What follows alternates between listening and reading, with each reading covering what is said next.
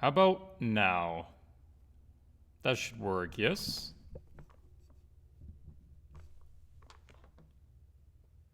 Let's try that again. I'm Clint, and welcome to Swatches Art Livestream number 71. We're going to be reviewing some submitted art. Apparently I was moving some stuff around. I must have bumped the mute button on the mic there. Sorry about that. Yeah, so they've had two images to work on the images that we're going to be taking a look at. I'm going to just move this over a little bit, or I'm going to have to be leaning in my chair the whole time. Which way is it going? This way. Okay, cool. And, so we have set a community challenge, and there was two images that we gave them, a portrait challenge, or they could do a landscape challenge. And they had to create a derivation of that, create their own character and match the colors over to it, or they could do a landscape and either do a fantastical or a science fiction version of it. So that's what's going on there. If you're not familiar with me, I did come up, which side is it now? Over here, the S side. I created a new little outline right here so you have an idea of some of my work. And then also, if you like some of the feedback that I give, check out my store down there. I've got a bunch of different materials out there on lighting characters, painting process, composition, character design, all kinds of stuff like that, ebooks and videos. So we've already got quite a few people in here, and I've got a few drop frames, but it doesn't look like it's anything serious. So I'm going to be just moving that out of the way. Welcome to everybody. We have Milos, someone. I appreciate you being here, but I have no idea how to pronounce that name. Iris, Nomchomsky. Good to see you guys. Appreciate you taking the time to drop by the stream. We don't have that many entries, so I'm hoping we could probably just jump through these, make a couple of comments, maybe for each one of them. I said it would be by lottery, but there's not that many, so I don't know that we need to do a lottery system. And, okay. I do need to move Photoshop around here for just a second. My window's not arranged quite right. And if you do have questions that you want to shoot me based on art techniques, art principles, artist life, productivity, anything along those lines, feel free to type it in the chat here during the live, and I will try to get to it. But remember, if you do send a comment to me, put @swatches at the beginning of your comment, and it will flag that in orange for me. It's much easier to see that, and I'll take a look for those. And let me go ahead and just open up a few of these in Photoshop so we're ready to go. Okay. And there we go. My camera seems a little big there. Let's adjust that. Okay, cool.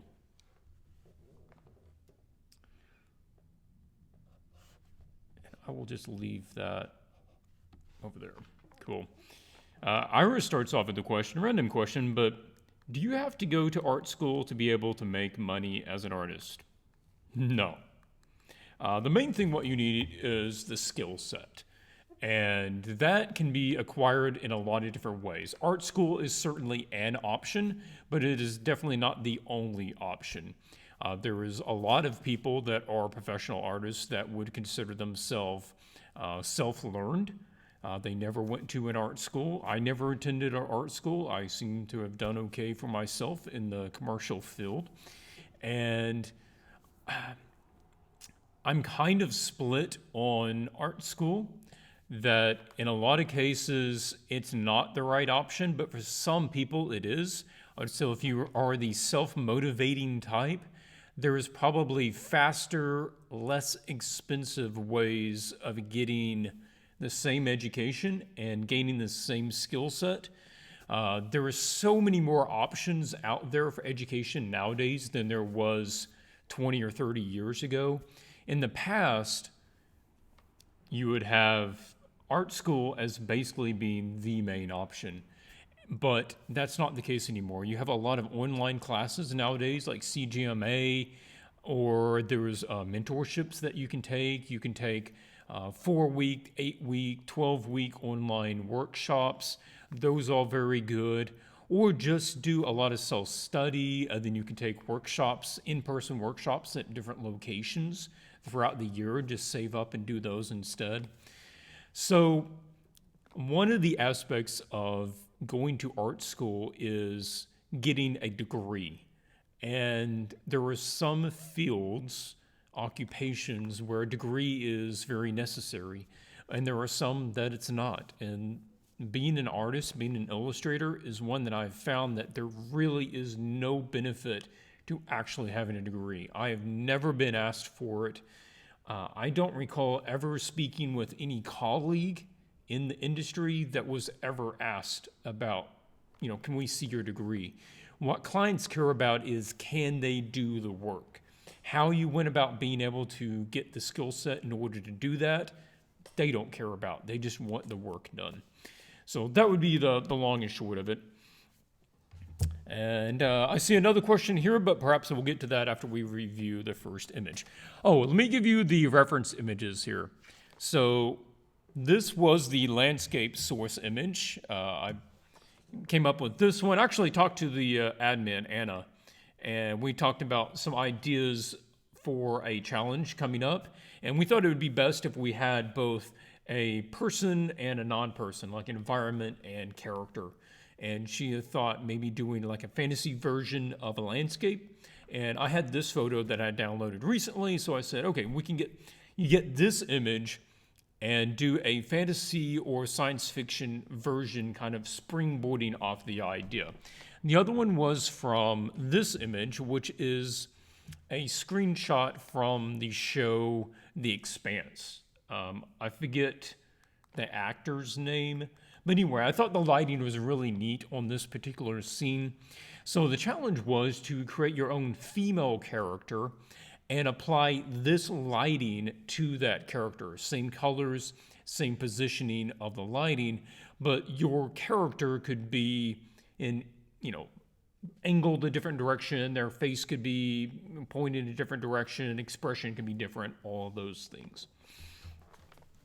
Okay, so Aurélie, alphabetically, is up first, and she has created this one. You know what I'm going to do is just go ahead and copy that and drop that over here on Aurelie's image so that we can have a quick reference.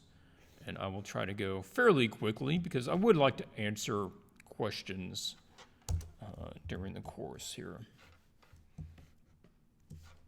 Okay, where's Navigator? I need that just a little smaller or something like that. There we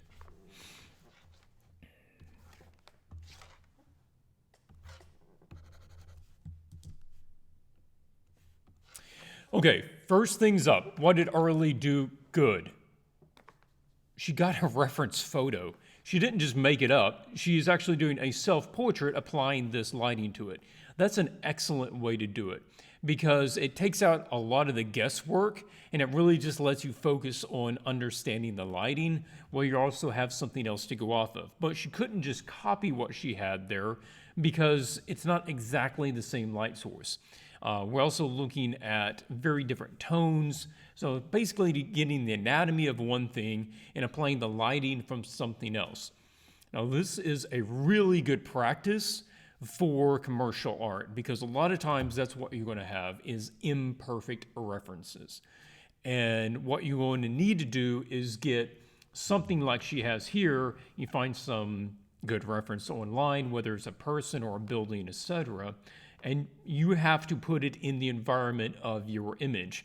So you've got to understand it well enough that you can apply the lighting direction and the qualities from this other image or from your created image and put it onto this new content. So if you are thinking about some good practices to do for your skills, this is actually a really good one. So good choice there from Aurélie. I think the initial impression is that it's working pretty well.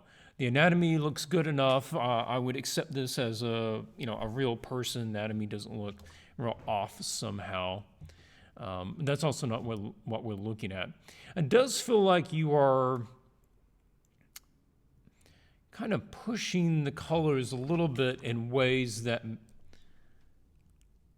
the photo doesn't show.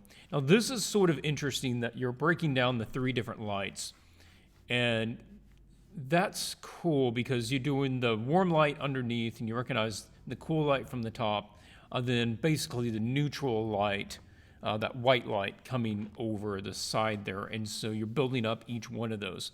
And that's a good way to actually approach this, is to paint it as if the whole thing was in shadow, and then apply one light source at a time to it. For a particularly difficult or complex light situation like this, because it has multiple light sources, that can be a good way to approach it. Actually just ended up doing that recently in a piece that I'm working on. But some tones aren't quite right. Like, we have some really light tones up in here, but the nose is much darker. So if you compare those two, I would think that the nose actually being closer and that it is more outwards towards the light to catch it would be a bit more vibrant. Artistically also, this is getting much more saturated than we probably need. And I'm curious if we put a black and white filter on this. There we go. And let's drop him under the filter. Okay. See, what we're wanting to look at here, let's zoom up a little bit, is some of the values. And that's particularly what's going on here, because if we adjust the values correctly, I think we're going to get a lot closer to what we need. That some of this is getting brighter here. We can look at the value there. That under that nose is getting pretty bright. And it's actually getting a bit of the specular quality of the skin. The kind of the waxiness of the skin is picking up that quality there. Whereas it's actually getting a lot darker around this area. And that's something we're sort of losing the form on. The spherical form is very evident there. Let's actually just finish that out here. So you can see, like, the top of his head, that cranium of the skull is very evident in the way that is shaded there, that spherical shape. And we're sort of losing that on yours. So let's turn that back off. So I'm going to be looking at, one, this needing to be darker here and play up these edges. But we're also losing some of the color. Like, this is a really nice, bright blue, right? This is a sci-fi blue, if you want to say it that way. And we're sort of losing that, super toned down. Now, if in your choice you actually want to go about and adjust this a different way, you can, but we're particularly looking at this. Also, other things to pay attention to is some other colors that you could be putting into there. So here's a little palette here we can look at. I would be looking at, if you don't want to just sample off of that, which sometimes you do if you're having a really hard time finding it, but I would suggest trying to pick out some colors to build up to what you have there. So I'm looking at some, oh, that's set to color. It's like, that's not behaving correctly. So we're looking at some dark violets in there. Then it's going to be running into some blues here. Then it's kind of moving its way through them as it cools off into the bright sort of cyan tone right along that area. And this is actually pretty close, or can easily be adapted into a cyberpunk color scheme right along this way. Penkaka says, "Oh, you sound so good now. Did you get a better mic?" No, the exact same mic. I just learned how to use my voice better. That would be the difference. And again, over here, let's zoom up on this guy. Look at all these wonderful tones in here. See these violets? These violet tones are sitting right here between the cool cyan blues, and then they warm up into the warmer violets on this side. And down here we get nice bright blues there, and of course down into the peach tones. That's something else here. So kind of taking that approach, and we can build some of those colors back in and let those colors sort of vibrate off of each other. And then in this, the warm is actually, I would say it's as bright as the blue, but it's not as saturated. So over here, this light is probably closer to what you're looking for with the underlight. And this light is probably a little bit cooler if you look over there, in which case, probably looking at maybe a light, running some light violets. You could also run some maybe light greens. Anything in that sort of range could work as that light. And then the lighter tones up in here. So I think that you're just maybe not embracing the fullness of the values that you need. The forms are good, you're mapping it well, but don't be afraid to push it a little further. And you can look at like the lights under here. I'm gonna grab something a little more saturated than that. Yeah. Yeah, somewhere around there. And remember, you can't get too light in the value, otherwise it becomes too desaturated.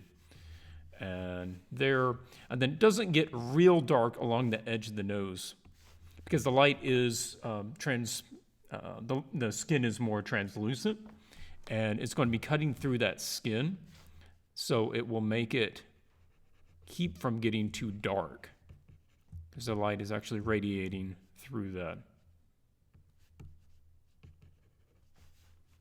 There. Same thing, looks like you're kind of holding off on some of the highlights. Could probably get a little bit brighter there. The underlights. Yeah, so keep working at it. Think in terms of the planes. That's really important. I would suggest working more in the planes and looking at the angles of the face. And I will mention that on this one because it will probably be applicable to a lot of the others. And that would be something like looking at, okay, this is basically one plane. That's kind of a plane. That's sort of a plane. This image is really small for me to be drawing on. You don't really want to play up these folds in your female character unless it's like a hag or somebody really old and you're trying to intensify the age. So you probably want to play those down quite a bit. And like the bags under the eyes, you don't really need to do that. But do look at how the saturation of the colors coming in and what the value is. So I'd suggest probably putting on a black and white filter and looking at how your image values compares to that image values. Okay, well, that's plenty on that one. Let's move on. Okay, Daniel Ruger is up next. Oh, yeah. Classic girl with pearl earring, right? Adaptation of that one. Again, let's grab this guy. Move him over. We did have that earlier question. We have Nam Chomsky says, Swatches. I would love to hear about your experience first getting into work for Wizards. Well, I was working in graphic design at the time and decided I want to move out. So I spent, I forget, 2 or 3 years putting together a proper illustration portfolio. And I was thinking about who I wanted to send it to. And Wizards had come to mind. I was familiar with the game, although I wasn't really a player. And they have a art submission email address. If you look it up, it's probably still out there. It's like artdrop@wizards.com. That's probably not it exactly, but it's something like that. You have to Google around for it. And you can submit your art, your portfolio to that address. So I sent it in, and they liked it, and they, wanted to have me to do some cards. So they sent me over the paperwork, and you got to fill out all the, NDA and tax information and all that stuff. And after that, started doing work for them, and it's been pretty consistent ever since.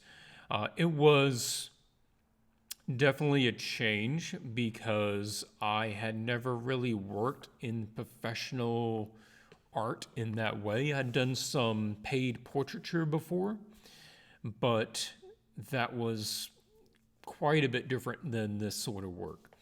So I was really learning on my feet and learned a lot of lessons very quickly. And certainly over the first year or two, I was constantly trying to keep up with the pace that I needed. I was much slower back then. I didn't know things by heart as well as I do now, but it was good.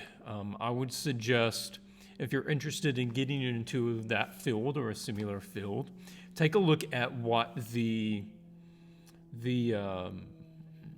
artists in that field are already creating, and you need to work your work. You need to raise your work up to the quality that's already being produced for you to submit to that particular company. And that's what I try to hold myself to. I tried to get my level up to the work that Wizards was already using. Then that's when I approach them, because they don't have any motivation to trade down in quality. And it was pretty cool seeing the cards for the first time, but for a lot of commission work, it is very delayed, so that they put these things like the commission for the cards into production a long time before the cards actually come out. So for most of the cards, it's running about 10 months of delay. So I finally got to work with a Magic card, and then it was almost a year later before I could actually release and show what I was working on. So that's something else I had to learn about the industry as well. Okay, so let's take a look at Daniel's work here. And what is going good? What is maybe some room for improvement? It looks like he was fairly loose with this. Not a direct adaptation. I forget exactly what the original image looks like as far as the lighting, how the original one is lit. I remember the pose and the headpiece. But this is another one, I feel like the values are sort of lacking a little bit, and that blue is getting really, it's like super saturated to the point where it's almost too much. I mean, you don't have anywhere else to go with that blue, and it really just sort of overwhelms the rest of the image. And there's probably some better options here as far as that. Let's drop this guy down a bit smaller. Okay, cool.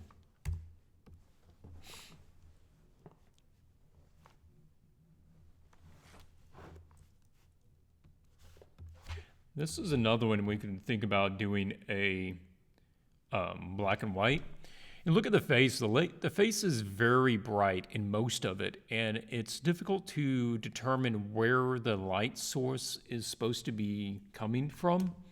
Certainly from the black and white, because it's like we've got this serious dark shadow here, but that really isn't reflected anywhere else.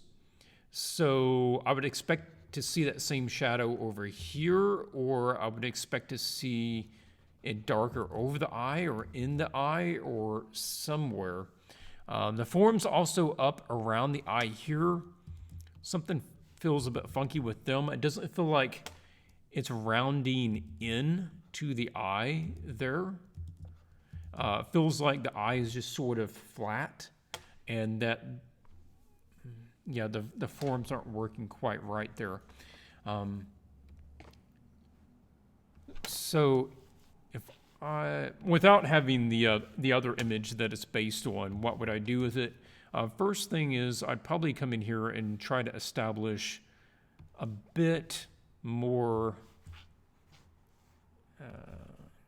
I'll just do it by hand instead of trying to do adjustments, layers. Tone some of this down, and then also let that shadow edge. You notice that shadow edge between the two different light sources gets quite dark. So I would let that go down there, and then some of this blue Go ahead and let it drop down as well.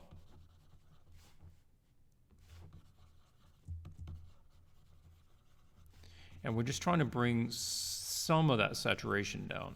It's just a little much. Then in part of it, we could have that brighter cyan actually show up wherever you want that light source to be up there.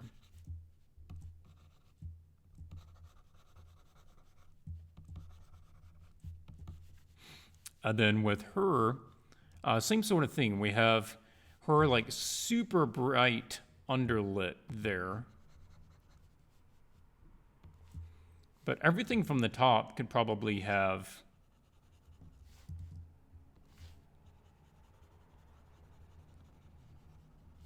a bit more of that blue. You have it really bright there, but you don't have it as bright on some of these other areas.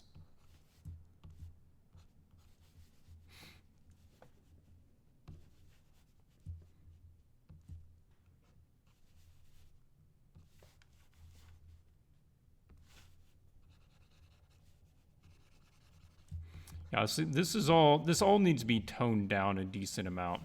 And we don't want to miss putting in some of the violet tones to sort of bridge between the warms and the cools. So that all needs to be toned down. And then we have like the shadows. I feel like there should be shadows probably up over the eyes, similar to what he has there. But look at the anatomy of your reference image. And that would be sort of the direction, is let's take down the neon saturation of some of that blue, tone that down a bit so that the focus can go back onto the eyes. There's a lot of light here, and that probably needs to be shadowed down quite a lot. And and that should help pull it together. Watch that the white of the eye isn't going to be getting too bright. You'll notice that on his, and that lighting, the white of the eye is actually quite dark.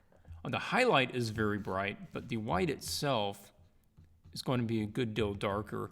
And you're not going to have that light here like that. We don't have a light source on that direction. We're not going to have a highlight right there. There is no light source there to create that. If anything, there's going to be like a light, down here. So what you see on his, he's underlit. So that's why you see the highlights on the bottom half of his eye. Now he's on a spaceship, which has a lot of little, light bits and screens and stuff, and that's why we have multiple lights there. So you're going to have maybe a light source, a highlight down there, then the rest of the eye is going to be darker. And then if anything, that's going to cast a highlight, a light spot on the opposite side of the light source, which wouldn't be visible because that's back up underneath. So the eye itself, even if it is green, is going to look very dark under that lighting condition. So that's all going to be much darker back in there, and you're going to have that shadow.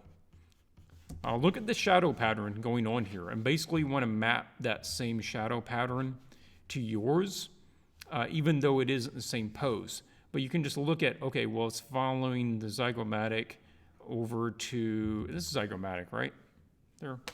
And it goes over to the top of the cheek, but it's also cooling down a little bit, so maybe it transitions into a cool little bit. And the side there looks like it's getting a little bit darker. And so that's what you're doing. You're just mapping it onto that other feature on the other face. Okay, let's stop there. Next up, Jonathan. So Jonathan's got not a self-portrait, but two different photos, two different people. One mainly for the face and one for the lighting. That's Amelia something, isn't it? Daenerys? But you did like a version based on her. Okay.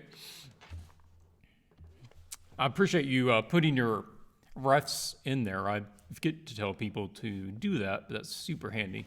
I don't have to guess as much.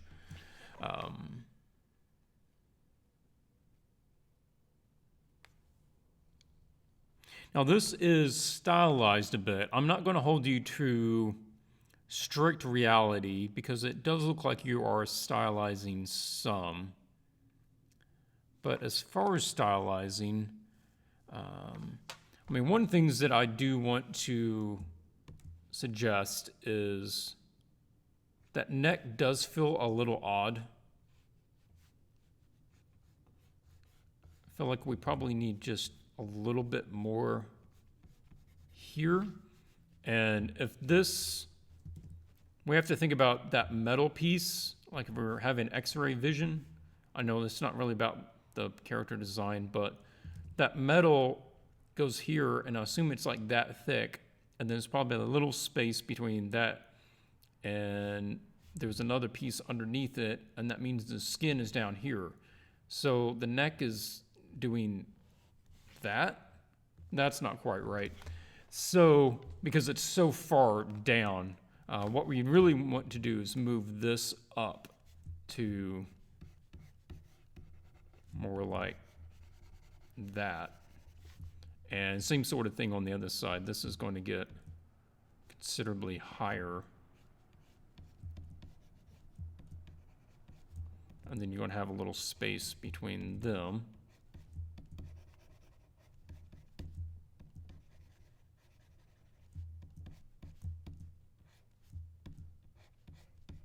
And that would just fix some of that, not feel like she's super, thin around the neck and the shoulders. Okay, moving on. What else do we have? Just facial rendering. One of the things that we want to watch out for is just going super black, like we're just going like jet black with those eyebrows. And I would suggest feathering those out a little bit. We don't have to draw hairs. We're not talking about that sort of realism. But you notice his eyebrows. I mean, he's Asian with black hair, with black eyebrows. But they're not black. They're just dark. I mean, if you sample it, and I'm running with that's point simple. Let's do like a 3x3. Usually I have it on 3x3. You sample it, and you notice that it's just a dark, desaturated kind of violet tone. So we could actually go with that. We can hand make one. Add a little of the surrounding skin tone to it, as if that's showing through some. And we want to just soften that out a little bit. Then what that's going to do is keep that from being really harsh, because right now it's a super harsh shape, and it's super dark. And it's actually distracting away from the eyes a bit. So I would suggest changing that. Same sort of thing that we could just soften a little bit. Now I know it's stylized, but having a couple of soft points, even on a stylized piece, can be really nice. This is another one where we don't necessarily need to put much focus on that fold there, that nasal fold. We can just soften that out.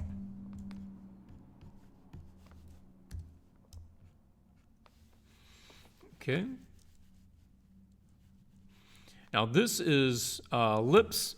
Now we notice here on his, it's very distinct where the lower lip and the upper lip the lower lip is very shadowed because it's being lit from underneath. There's not enough light coming down to really light it from the top. It just has a general cool tone kind of bounced around from the top side a little bit. So here we want to look at using some violets to sort of warm up that lower lip. And she probably has lipstick on, but we might not need to have a super hard edge on that. And we could have it just getting, wrong one. a little brighter there. Then that top side is cooler, so we can have him. I'm going to use that guy. Yeah.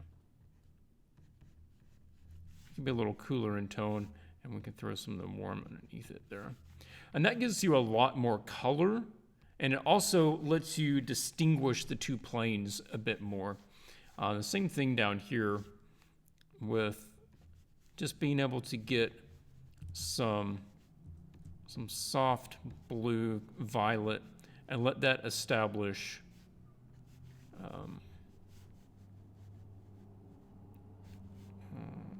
just shift it a little bit over there. Just this center part there that's kind of catching light is a bit more of that green. Yeah. And using those sorts of tones and building up some of these shadows so that they're not just that warm tone there. That'd be good. Most of this is really good. I particularly like that you kept a lot of tone in the white of the eye. You probably want to come in here. Some of this is a little picky, but we're just talking about what to do to improve it. Most of the lighting here is done quite well, so I'm not saying that much about that part. Just usually giving a little warm to that tear duct of the eye. You can't see it much on his, but I feel like yours, you probably want to add that a little bit. Here, we can just run that shadow there, and then we can let this form tell that rather than having a line. And then when you do that, what you want to do is come down here and pick up one of these nice warm tones and nice little brush. And we want to hit along that thickness of the lid. Let that lid get nice and warm right there, where we see the thickness of it. And then again, over here, we're getting we're letting the angle change tell you that form there. So the part that's particularly rounding down, that's going to get a little bit. And then we're going to just glaze it with some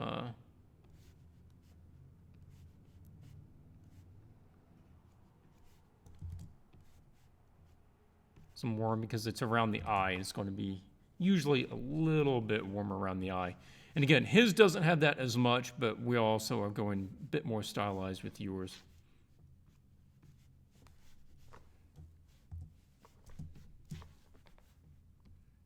So you see that? And you see how that sort of thing can just bump that color up a little bit more than what you have. Would the metal nose ring pick up more highlights in this lighting? Yes and no. Metal has a tendency to go either really bright or really dark. In this case, you're kind of going to get both. Like, oh, that's still set down low. Sometimes it's easier with metal just to start dark and then you add the light into it.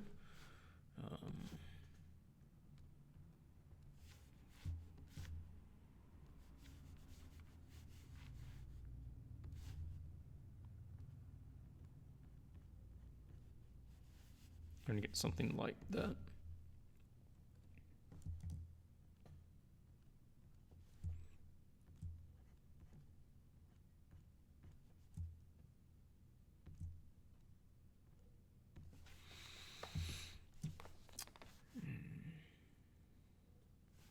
Another thing you could think about, I'm not real big on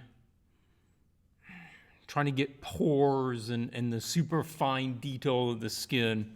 But if you are going to go very realistic with it, I would suggest maybe coming along and either by hand or by some sort of blurring to break up some of the perfection of the skin. Just give it a little texture. Even, you can see that Clark, that's her name, Amelia Clark. Amelia Clark has some texture to the skin. Otherwise, it ends up looking too plastic. You want it to have a little texture to it. And You probably can't see that a lot on the video, but I'm coming over here with a smudge tool and I'm just kind of smudging this around, which is creating a bit of a granular pattern, which you take it as being sort of, skin texture. It's close enough for what we're doing here real quick.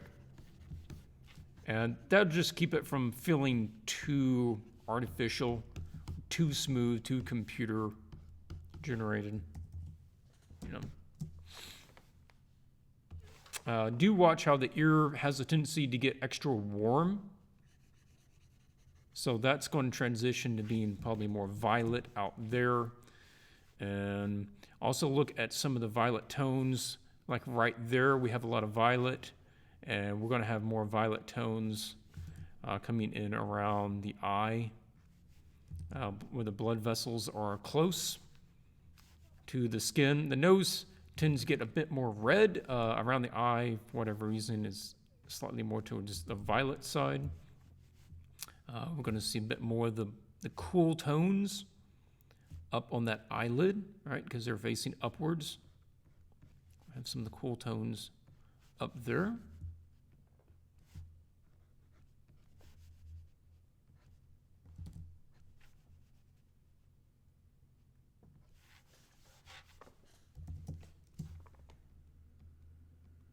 So going kind of that way with it.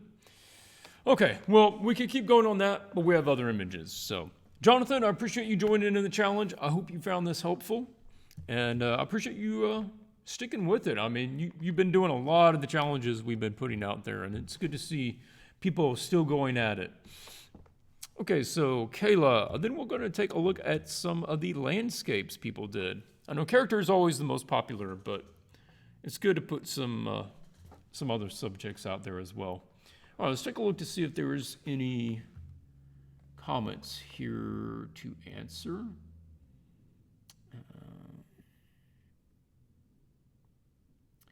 Batman Bruce Wayne. Oh, I'm very honored, Mr. Wayne. What are your thoughts about photo bashing in the current industries, trades, and standards versus learning the skill set coming from the basics and learning all the fundamentals? Photo bashing definitely has a place in the industry, and it is a skill set, but I think it is one that is easily and badly used by people who haven't taken the time to learn the proper way to do it. And sometimes photo bashing is the proper way to do it. What I mean is, you still need to know how perspective works. You need to know how lighting works. You need to know how color works. You need to know how environment, atmospherics work in order to photo bash something and make it look convincing, to do it well. And that's why you still need to understand the fundamentals. So I would suggest that people would learn the fundamentals first before they start trying to do photo bashing, because it will make that approach even better. You're going to be able to do it more effectively and believably. Photo bashing, I think, is best suited for the concept art field, where the end result is not a pristine, well-executed, skillful piece of art that is to be appreciated and admired. It is not to be the standalone piece of, imagery. The whole point is that it is a visual concept. It is a visual thought. It's just meant to convey an idea in the pipeline production of something. So with that in mind, the point is to create the most well-balanced image that handles time and execution correctly. So if the image if you can photo bash the image and convey 90% of what needs to be conveyed in 1 hour versus spending 8 hours to do it by hand, that's 100% right, then photo bash it. And again, it's not even the end result. Most of that stuff is, studies. They're just churning out ideas. And that's pretty good. What I don't like to see is people getting in industry, students, amateurs, that sort of stuff, who use it as a crutch because they don't know any other way to do it. And there are some cases where something should be hand painted. A particular commission, it needs to be hand painted because maybe it is a style that that's too stylized to really photo bash, or that it is a subject that you can't find anything to photo bash from. So now what are you going to do? And if you know the fundamentals and you're strong in them, then you're not at a loss because you can you can do it any different way. So anyway, that's some thoughts on it.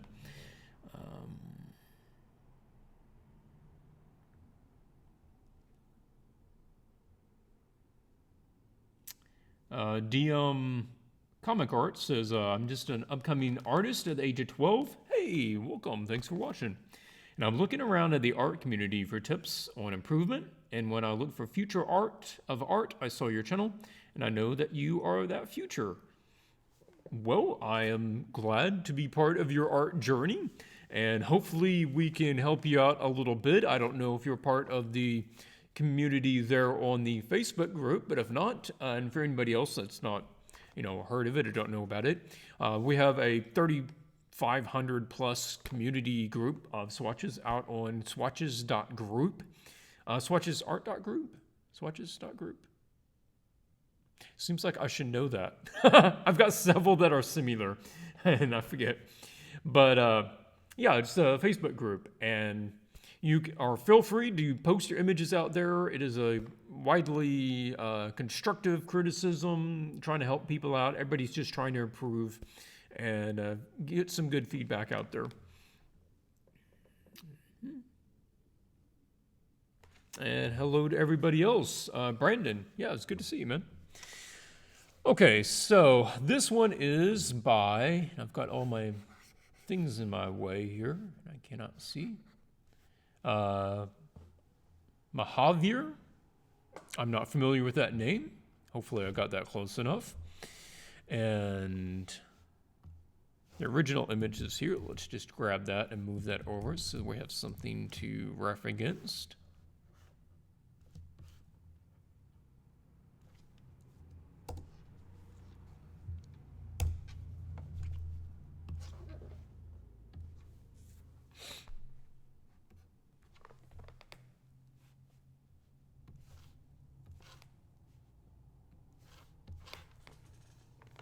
Okay, so you've gone with a like a sand kingdom. Kind of reminds me of that sand tribe from Naruto.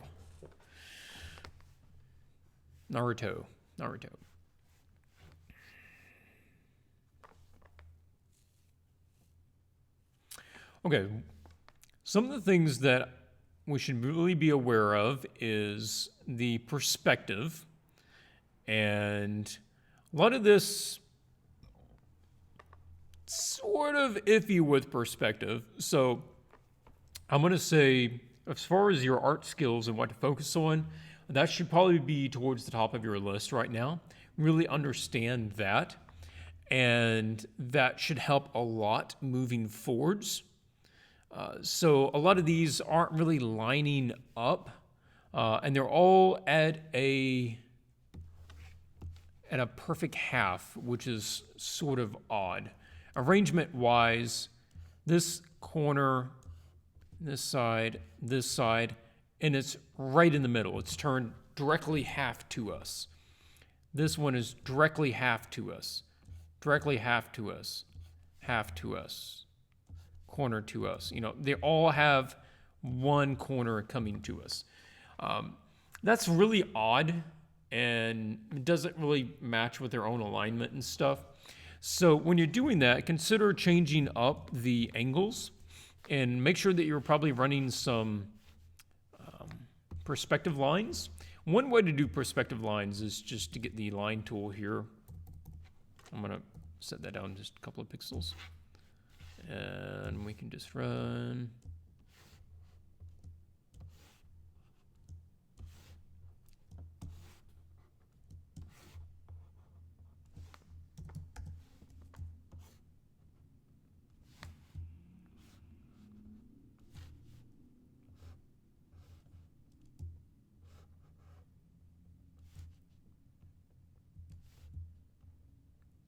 Okay, so you could run some perspective lines, something like that. I have a feeling it would be a lot further out because of how far away it is, but maybe you've moved it up a little bit.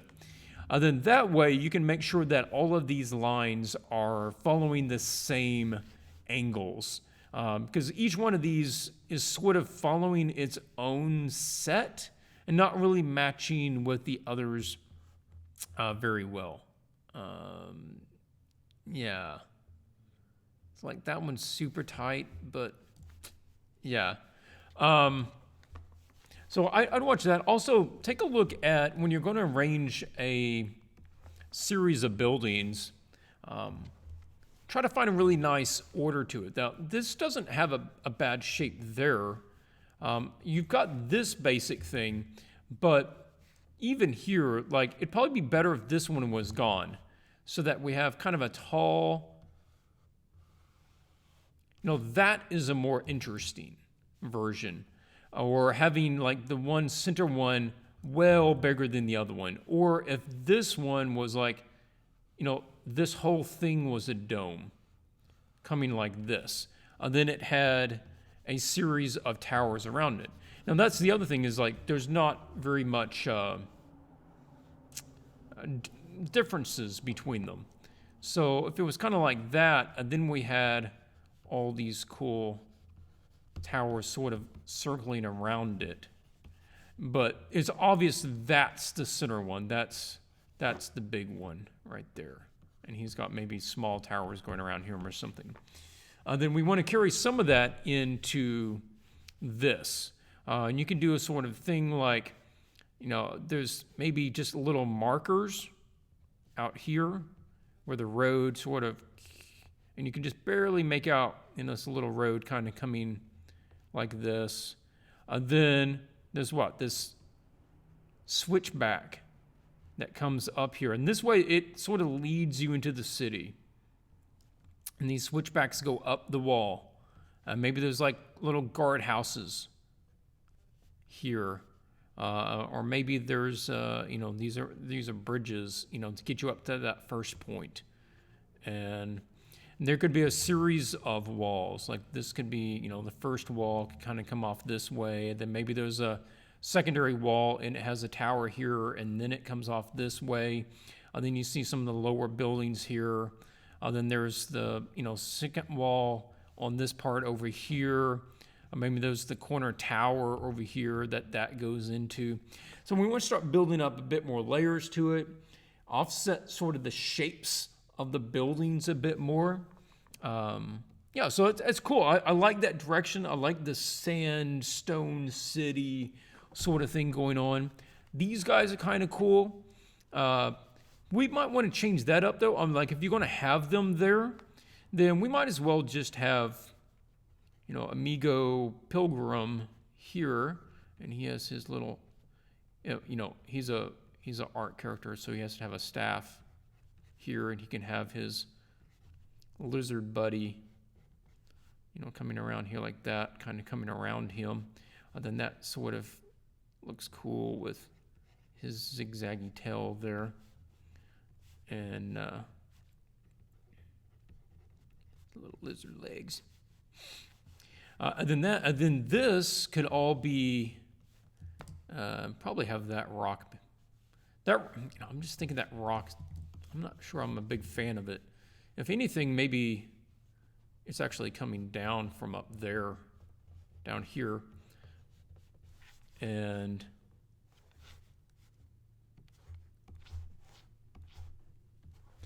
playing with the colors here with a little bit, getting kind of creative with your scene.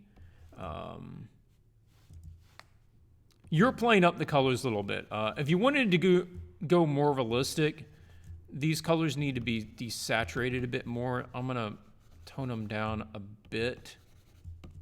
It's gonna push towards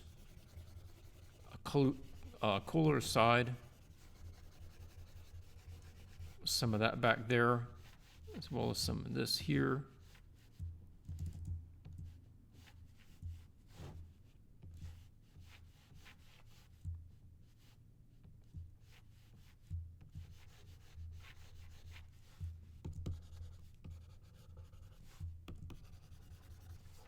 And then you could push for even more blues.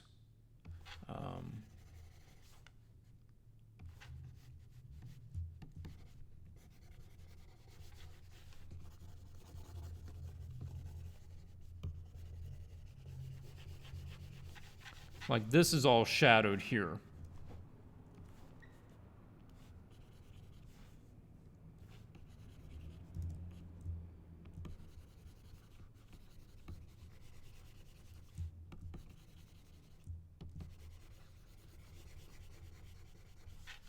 Then everything out in the sun, that orange is perhaps just a little orange.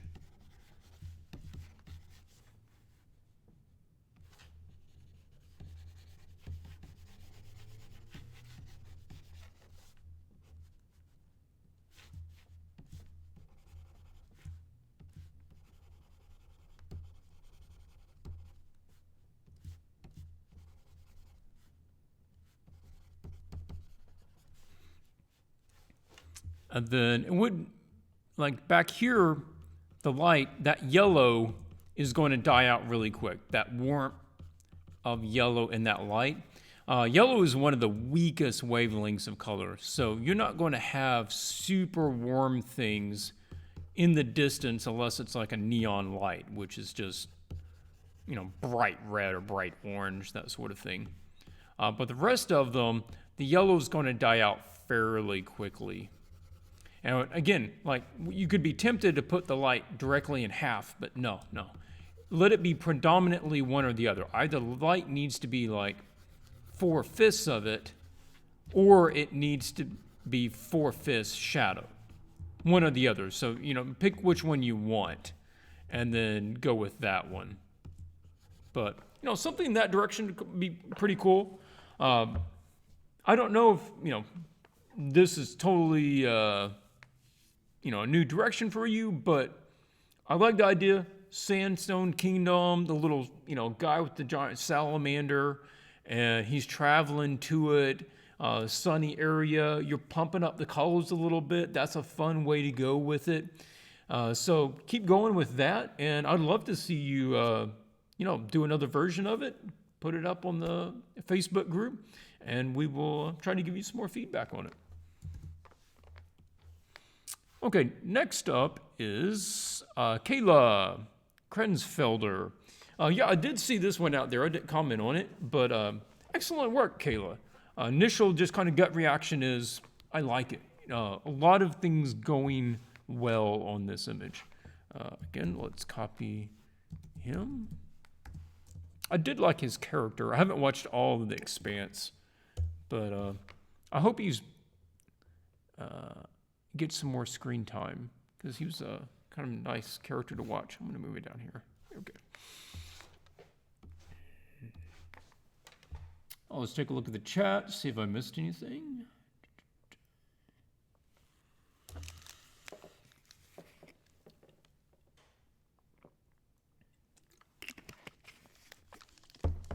Yeah, for those who aren't in the live chat and not familiar with the channel, normally the art challenges are paid entry, and there's a limited number of e-tickets that you buy, and if you get a ticket, then you can enter for the challenge. and then that guarantees you feedback. This time around, I didn't want to set that up. I just had other things going on. So we made it an open challenge with a lottery review.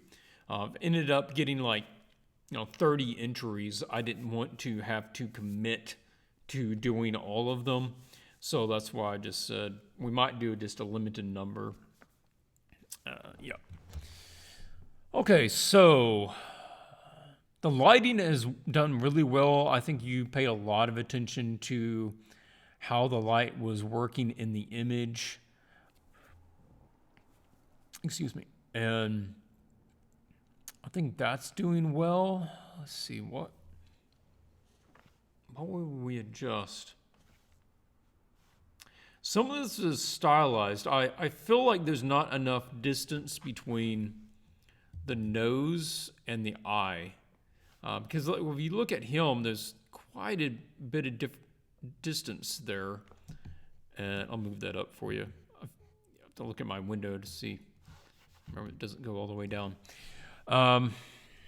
Let's adjust that. I don't want to move too far out of your stylized version of this, but it's bordering on the, just looks like an anatomical mistake. So that's where I think it's good to at least make that change and then see if it works better.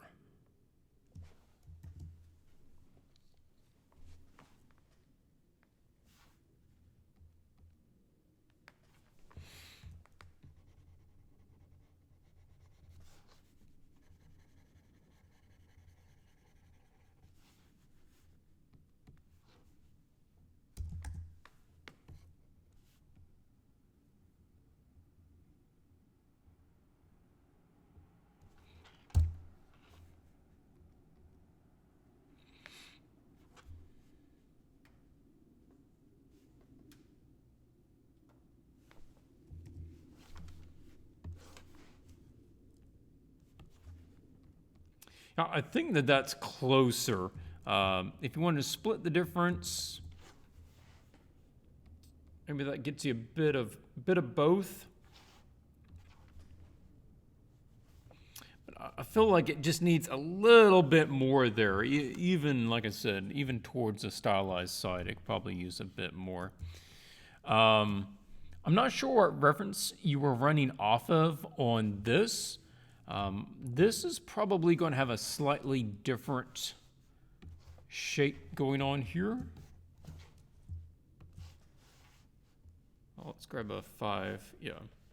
It feels like this isn't bending around quite right. This is essentially going to be doing that bottom lip is going to probably just have a slight bow in it like that. But then this is going to come up and then essentially loop back around like that to connect on the other side. And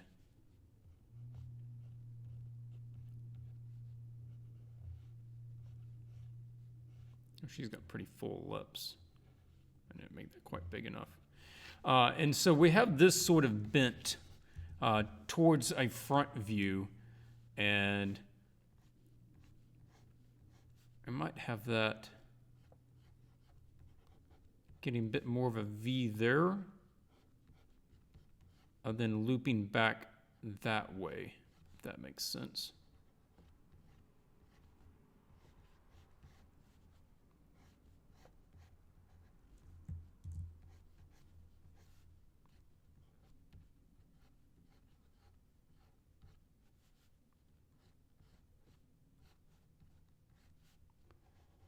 And then this is probably going to be a bit more like, you think of it like 2 pillows, kind of 2 ovals there, 1 there. And so what you see is this sort of has a V coming down there. And then it bumps into or fits into the little crease between the 2 on the bottom. and we can kind of bring that shape up right there too. Just a little anatomical, shape there. Okay, what else? Overall, the lighting I think looks pretty good. I'm pretty happy with that. What else are we doing to it? It is perhaps a little desaturated. We could think about coming in here with a overlay would be my first guess. I'm not sure if that's right. We could test and see.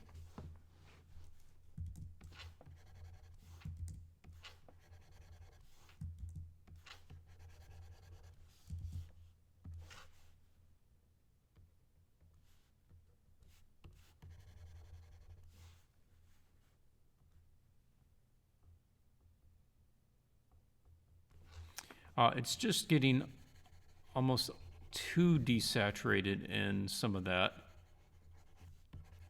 So I might pick that up just a bit more, use an overlay layer to slightly warm it up and bring the value down just a little bit.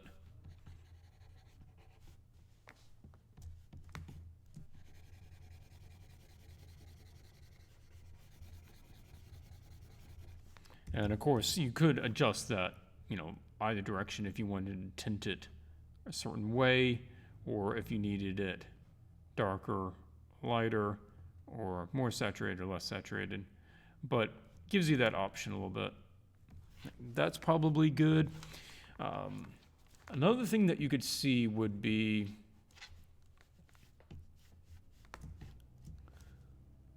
I'd say lighting this. You got the warm light there, but this is literally facing upwards, so it's probably not going to catch much warm light. It's more likely to catch the cool light from up there. So I'd be toning this down. You might get a little of that light there, but not much. Also, just letting that go into shadow helps bring your eye back up. And be catching some of these, like the upper cheek is actually really close to the same sort of plane this would be. So I'd expect similar tones there. Yeah.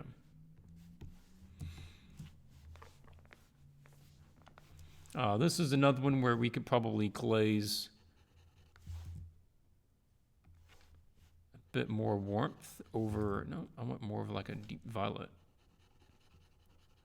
over the ear. Bring some color back on him. And probably softening out some of this transition a little bit. Little strong. That skin is going to be curving up to that jawline. So just working in a little angle change there. A softer angle change there can be good. And even though that chin might be picking up the most light, it's not a point of interest. So I would suggest actually toning it down slightly and let some of the lighter tones like up around the eyes or the nose to actually pick up a brighter value. Yep.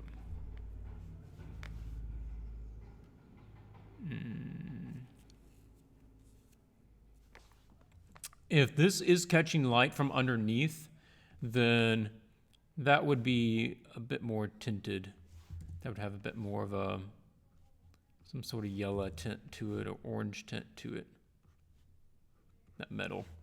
Yeah. Same thing here. Because we're establishing that it is a warm tinted light. So I might just add a bit more of that in there. And if this is metal, then that's probably going to be catching a bit more of the sheen from it. No, you ought to be really happy with this. On the whole, a lot of stuff going right here, not that much to fix. If you do go back, this was something else, is the feathers. Feathers look like you probably need to go look at some feathers and see that they're really blocky on the end. maybe make them just slightly more pointy, and take a look at how those light. Find some photos or find actual crow feathers and see the colors that they make. See how the different little hairs on the feather create that. Look for ways to creating a bit more of a feather pattern by having, some of the little splits in the feather. There is also the kind of the spine of the feather, and sometimes that can catch a little light, and you can get a bit more realism looking at it. You say, no, you were looking at raven feathers. Yeah. I would do at least one more pass on the raven feathers and look at other artists who actually painted some recently. And I want to pull it up and I want to show you, but it's on a piece that hasn't come out yet, so I can't show them to you. It's like, yeah, I painted a bunch of them. Yep, can't show it. Look at how some other artists have painted black feathers. There was a fella on ArtStation. I looked at one of his images. You know what? Maybe I can pull up that other image, the reference, but I've got to switch it back over to my other view here because it's in the folder with the image that it's not been released yet. But you can see it in my glasses. Who was that for? That was for... what was over here?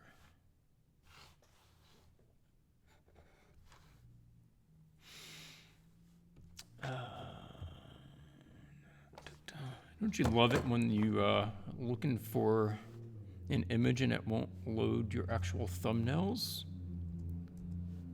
And it just gives you that basic icon.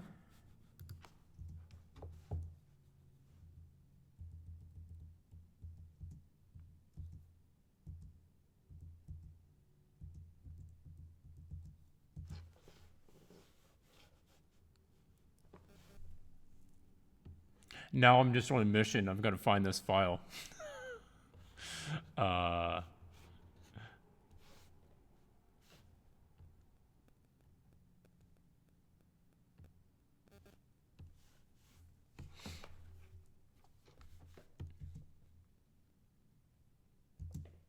Anyway, it's not going to load that for me. Okay. So let's just get that back out. Okay, well, Kayla, that's probably about the time that I have here. It's 8:45, so we're hour 15 in. Okay. Well, let's keep moving on. Good entry, lovely piece that you did here. I'm happy that you sent it in. I enjoy looking at it. I think it's a very successful piece. Maybe just throw a couple more hours at it, refine a few things, just add a bit more warmth maybe to some of the lower lit skin, and refine those feathers a little bit. You're going to be pretty golden. Okay, don't save that. And we need to jump back over to this one. Yep.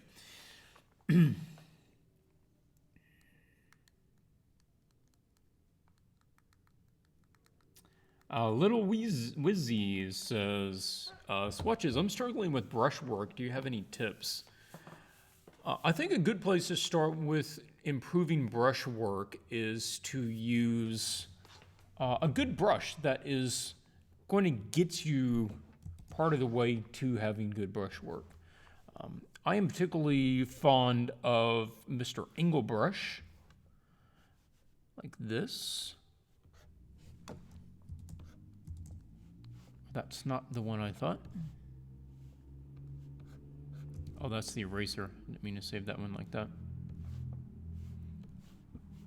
Like this one. No, he's still an eraser. No, I don't want an eraser. This one, the brush. Okay.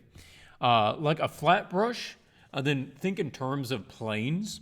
And what I would say is, like, if you were painting this, paint it as if you were a sculptor and you're painting each plane.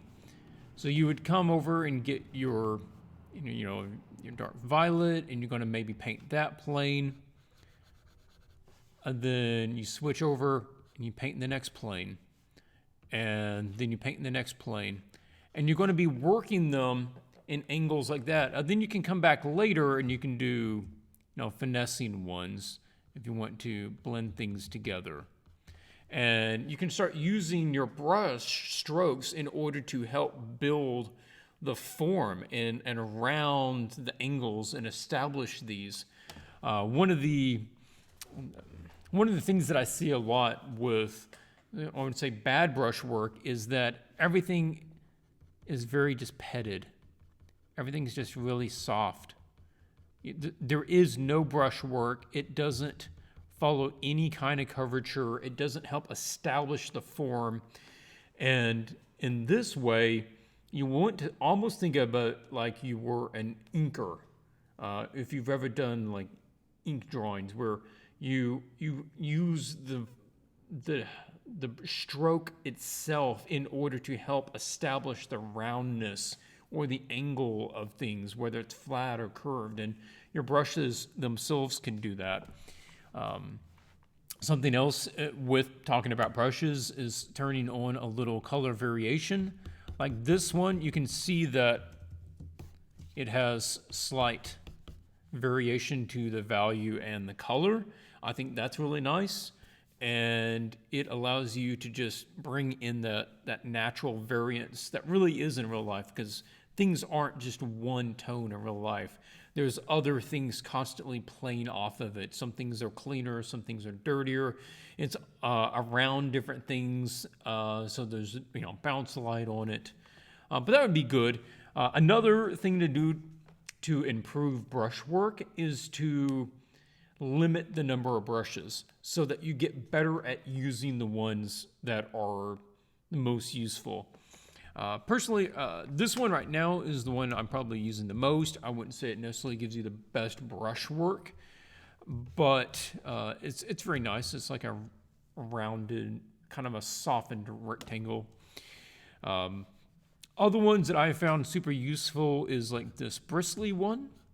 He's pretty cool. I've used him for a lot. You get a bit more on the traditional look with that. And you could have like more textury ones. So consider getting something like a reference image of probably not a person portrait, because you're just trying to get super accurate. You get like a landscape image and then pick 3 to 5 brushes and just use only those brushes. Probably just 3. I don't know that you necessarily need 5. You could have something that's fairly standard, like your bristle or your rounder one. Then one that's like really more chaotic. Like this is what? Dried blood splatter. And so this guy could be really good at just creating visual texture, visual noise. And you could do that. And then maybe you have one other one that's kind of in between. Maybe you'd have like this sort of thing, right? And you can create tree patterns, grass patterns, or soften things together with it. And see if you can't do it that way as well. That can be a good exercise. Okay, next up is Laura Hanson. I really like this direction for the image. This is pretty cool. You go in with a very fantasy, almost mythological magic sort of feeling to it. Again, let's go back to your original image that was based on. Now, you're changed a lot about this. Obviously, changed the entire lighting scenario using only a bit of the photo bashing, I think, of the original back in here, and then you've established an entirely new light source going on there. The statues of the horses, I feel like that's kind of cool. I would like to see maybe a little more of that influence carried on. We just have the two here in the foreground. Or what I'm trying to do is create a little more connection between these foreground horses and this background structure. Because right now we don't have much. I don't see any of this imagery necessarily back on this thing. And the other big one is I don't see the ruinedness of this on them.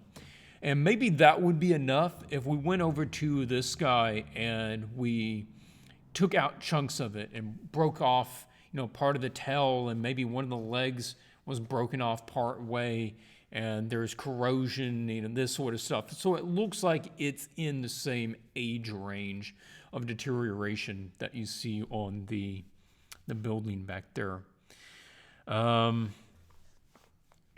Also, I think to maybe make that guy bigger. I would consider letting him just be a nice big silhouette, sort of like that. And then maybe we have another one kind of here, and then a couple more leading down so that we get the size. Because right now with the two of them, it's hard to figure out kind of the scale. But if you create a pattern with them, you can use it in order to establish, okay, this is how big this thing is compared to me because this is nice and close. And then that's how small it gets going back, and I have a better idea of how big this structure is. Another thing going on is this feels really flat. And I think to me that's probably the biggest offender on this scene. Because overall, the colors and the dynamics of what's going on, I get the energy of this place. And I like it. I think that is working. The photo bash of this cloud back here and the lightning, that's cool. The way that this looks, that feels nice. That feels like it has a lot of energy to it. The light spilling out on the rest of it, that looks pretty good. But this overall just feels flat. It doesn't feel like there's any perspective going on this. And this looks like it's basically turned directly to us, again, flattening it out. So we want to make sure that we're actually following some sort of perspective with this thing, and that none of these are actually ever overlapping each other. It stays very consistent of column, space, column, space, column, space. And we do see some other columns in the background, but it's not until we get back in here that they actually start even getting close to overlapping, which doesn't seem like it should be the case because this indicates that we're seeing this thing mainly from the side. And so that's sort of throwing me off a bit, that if this is going backwards, we probably need to establish that is doing that. Yeah, I'm going to suggest trying to work up the three-dimensional forms of just the basic blocks, right? And I would do it, but I'm not sure exactly what they are here. That's one of the things that's kind of getting me. But let's say there has to be some perspective. The things that you have going horizontal, they are perfectly horizontal, and they really can't be because of the perspective, that this has to be headed to a horizon line. This has to be headed downwards if it's at an angle like that. And right now it's almost completely flat. So we need to get a bit more of that angle going on here, and that's going to continue on. And I'm going to assume that this doorway, it looks like it should be lining up with that unless you turn it completely the different direction. And that's fine. We can turn it this way and just have the path to do, this sort of thing. And then we have I'm kind of overemphasizing that angle there. But as far as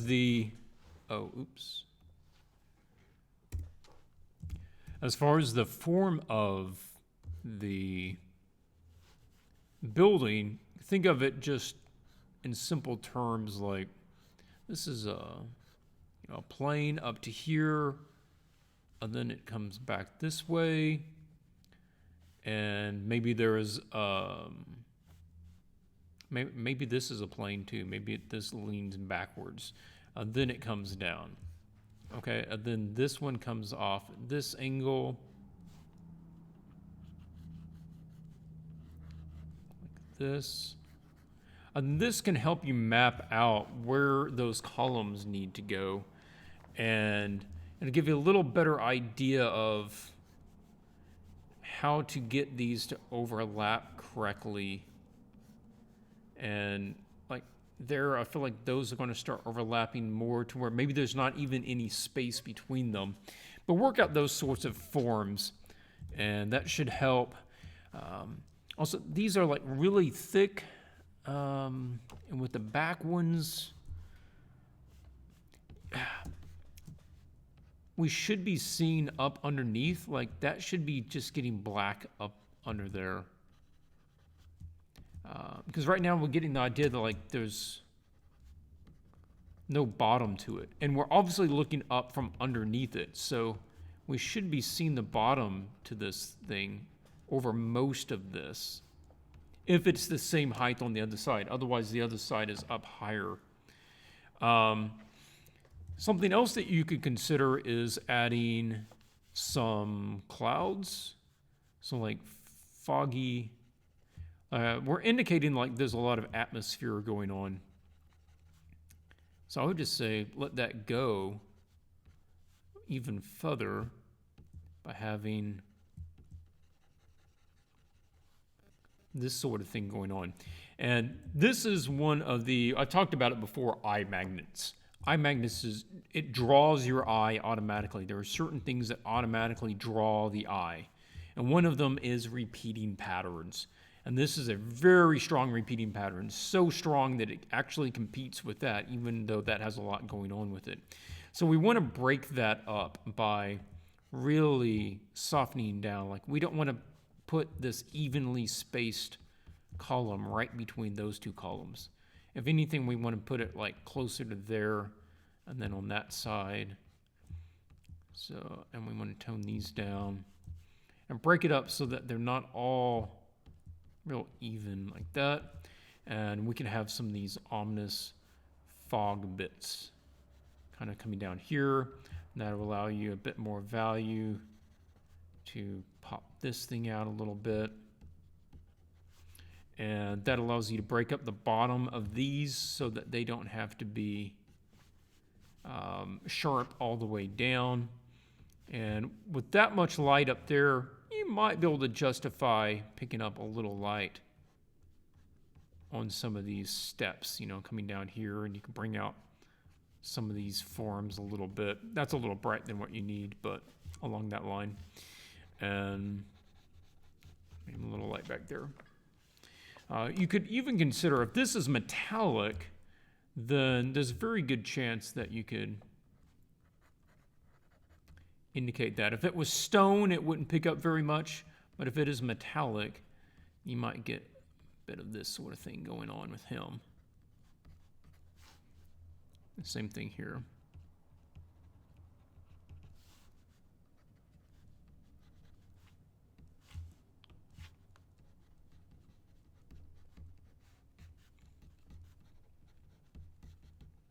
That's sort of like a lightning flash, and a lightning flash can really pop a high highlight on things for a long ways, and that's sort of what we're seeing. I keep saying that, but it's true. There you go. So on that, a couple of things to think about there. Lovely image, a lot of action to it. Great atmosphere, overall tone that you've created. It's an interesting building that it's all basically columns on the bottom. I would think that maybe some of this could be a bit more solid, like maybe a back piece is a bit more solid. Then it's been, replaced in bits with the column, but some of it is a bit more, and some of it is a bit less of, what's there, what's man-made, what's natural. There.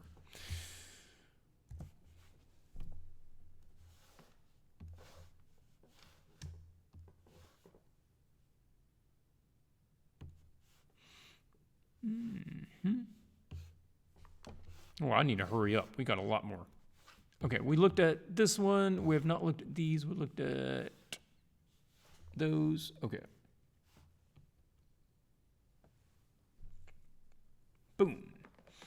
Okay, gut reaction is, this is working quite well. I don't know if you base this on anyone, but it reminds me of, what's her name, played Jessica Jones, just with the dark hair and, and that sort of dour expression. Yeah, it reminds me of her.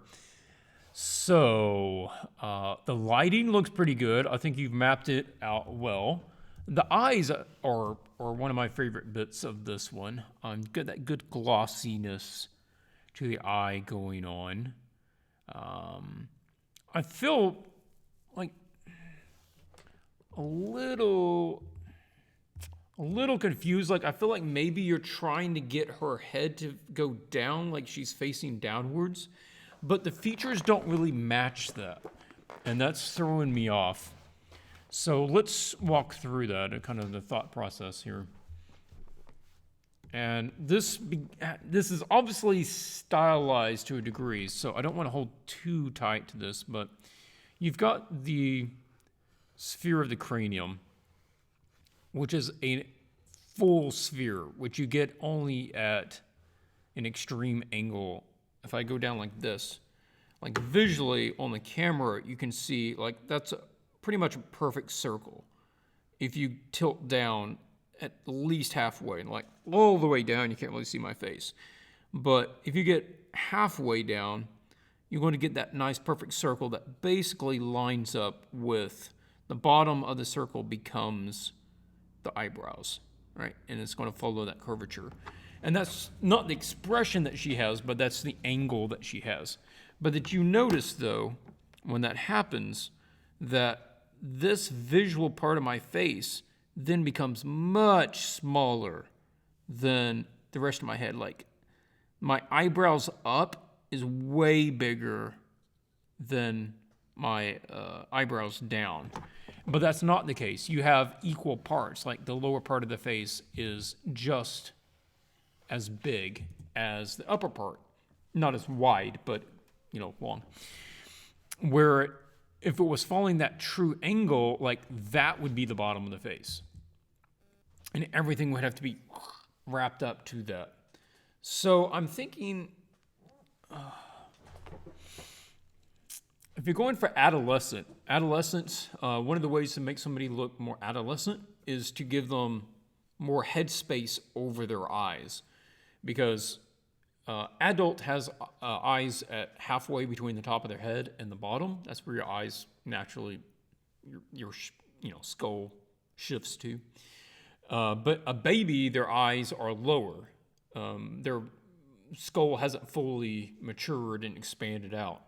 So their eyes are more like a third of the way up, and 2/3 of their head is above that. So if you have a teenager, which, if you're placing her in her maybe earlier teens, then her eyes would still not be quite halfway. So let's say that that's what you're going for. Because if you're going for the angle, then her jaw needs to be like this, and then her nose needs to be super tilted, and then her mouth needs to be super tilted, and then her eyes need to be super tilted, and you got to completely redo all of that. So let's just say adolescent, in which case you probably could move the top down a little bit. We could probably just take off a little bit. Let's sort of air just a little bit back more to the realism side.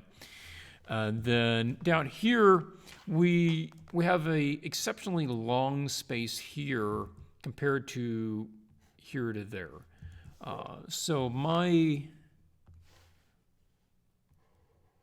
change I would suggest is to just move the bottom of the nose and the mouth up. Just a bit. Give her a bit more chin. Kind of, again, split the difference there. So we have sort of a stylized, don't give me the color version. Just a bit more there.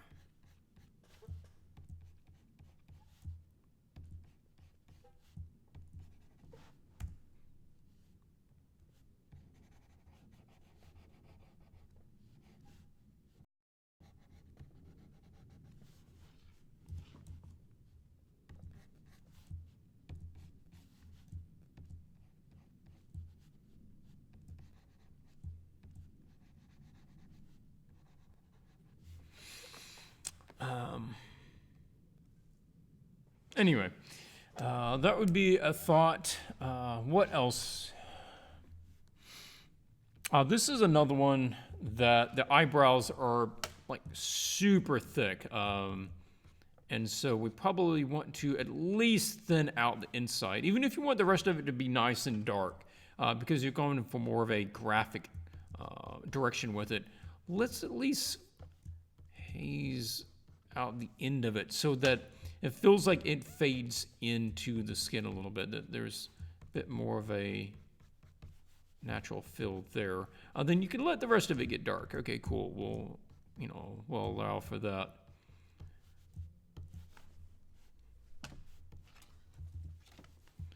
And then for this, maybe a little less pronounced on some of the lighting there.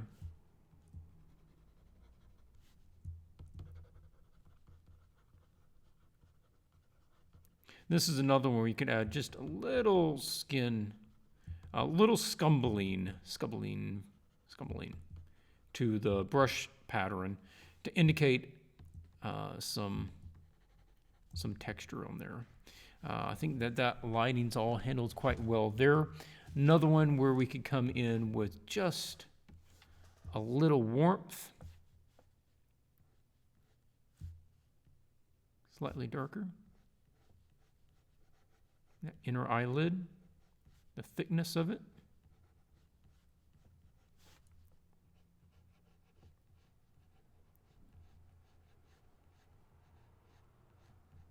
Especially right here, because right there you're going to have the light coming up through that skin a little bit, and it can get a little extra warm right along in there. And sometimes you can even get that in the upper bit right there too.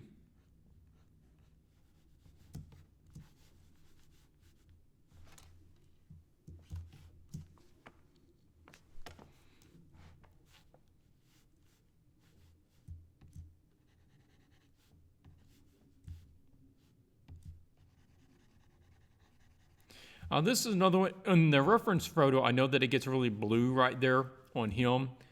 But artistically, we might want to warm that up just a little bit, because a portrait of a guy can get away with having more cool tones around the mouth and it look okay, because we naturally have like more stubble, which casts more of that skin tone.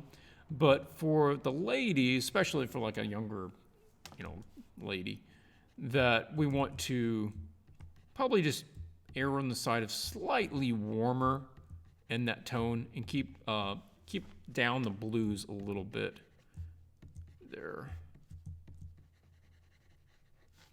Another place where we could add a little more cool tone on the top, we could just tint it all a bit more that direction.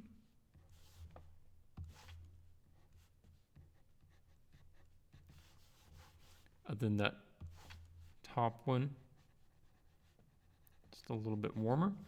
Now you may be getting a little of the light catching some of the skin there on that transition. Maybe not, depends the shape of the lips. Another thing that would be good is to come back in here and we just want to add some cast shadows. The hair and the skin aren't really interacting, so we want to just make sure that we have some cast shadows, because that's a pretty good bright light source. And if we look at the reference here. You even see some little shadows being casted by his. You can look at the softness of some of the hair going on, even if you were to stylize it a bit. Where were we? Here. Oh yeah, I didn't say that name because I have no idea how to say that. But that's the name there. That's who did it. So thank you for this. This is actually quite a nice little image, and I do appreciate you sending it in. Hopefully, not offended for me not trying to butcher your name. Yeah. So let's put some cast shadows there, and soften those out a little bit. And we're probably going to get even more shadowed kind of back in here as long. Also here, there just won't be as much opportunity for bounce light back in these cheek areas. So that's probably going to cool down.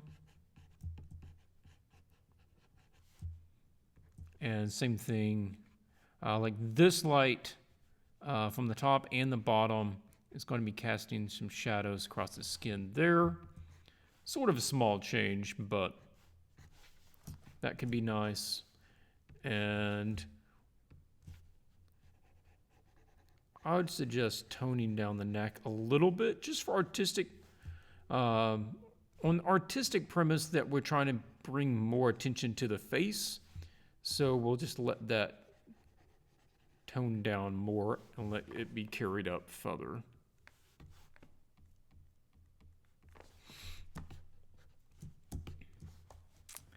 This is really harsh. I would suggest adjusting that so that we can find some sort of mid-tone. It can still appear lighter even though it's not as light as the rest of the skin.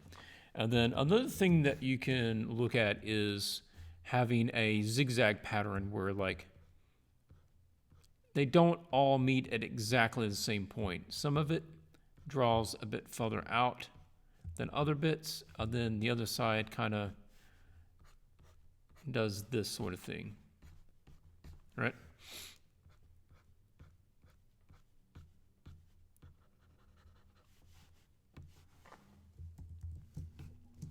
There we go. And some of that highlight can actually be quite bright in the hair. If she, it looks like he has something in his hair that makes it extra glossy. But you could have, if you had similar hair, then most of it would be darker. And then you grab some nice bright blue tone, and then you can, drop that in.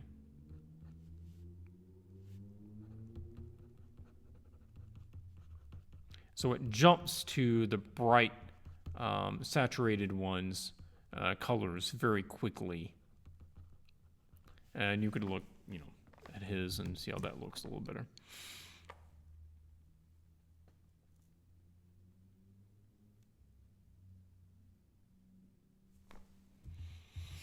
If we're going to go with this expression with the eyebrows kind of coming up in the middle, we probably want to have, I'm probably going to have like some sort of other fold, or we want to just allude to just a little, some sort of secondary bit of the expression in another fold.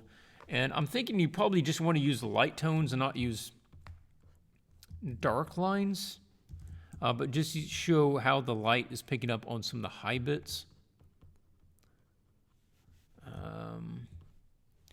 Just to bring that up a little bit.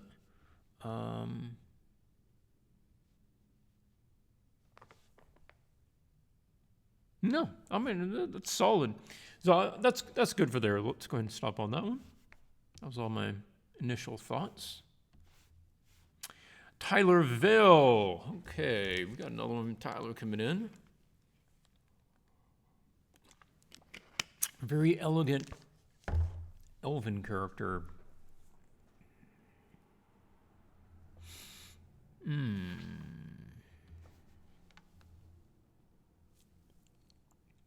The jewelry has a nice design, but is distractingly sharp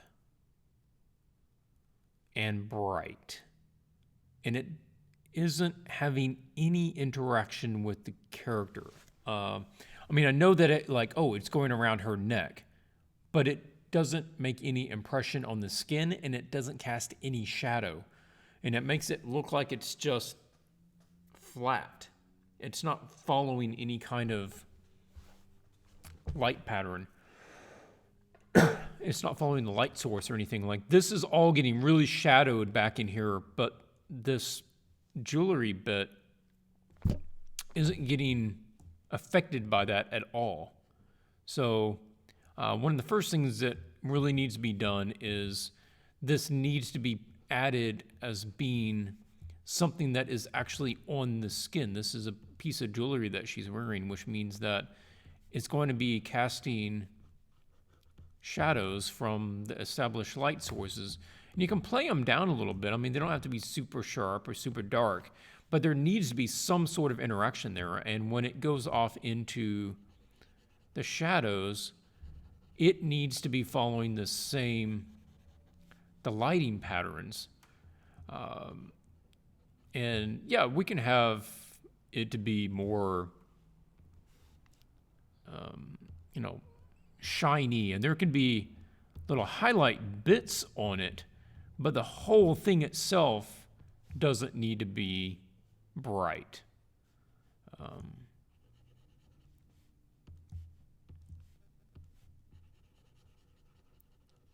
We want to let it also be part of the three-dimensional form of what's going on. So that would be really helpful, and tying it together. And consider coming in here and not having to do everything perfect. It doesn't have to be a perfect line. Like, you can suggest part of the line like that, and fuzz it out, and then just come back and establish what needs to be there. Like, maybe you just put in a couple little dashes. The rest of it is a little hazier. And maybe you come back and you create some of it by having strokes going the opposite direction. You're just trying to change it up so that the brush stroke pattern and the kind of the visual softness of the rest of it isn't just at complete odds with the sharpness of this thing. So, okay, that out of the way, looking at the character, yeah, you do have some adaptation of the original. It does look not nearly as dark. Oh, yeah, that layer. Okay.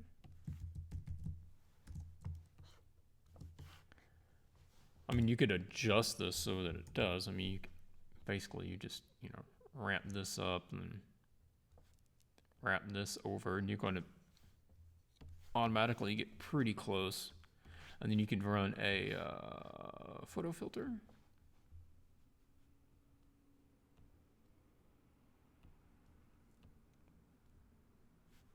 So if you want to try to get the skin warmer, then we can just do that, and then we can come in here.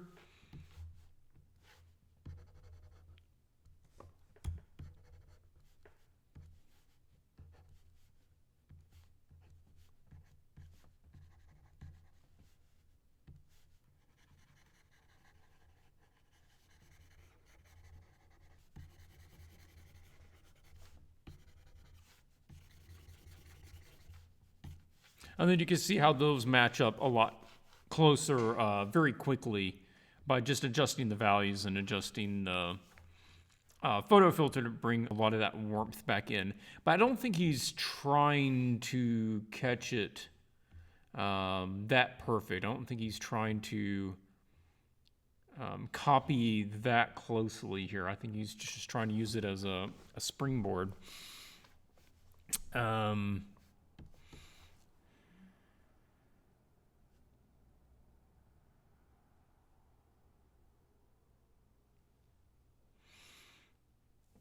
I don't know that I'm a big fan of the purple in the background like this.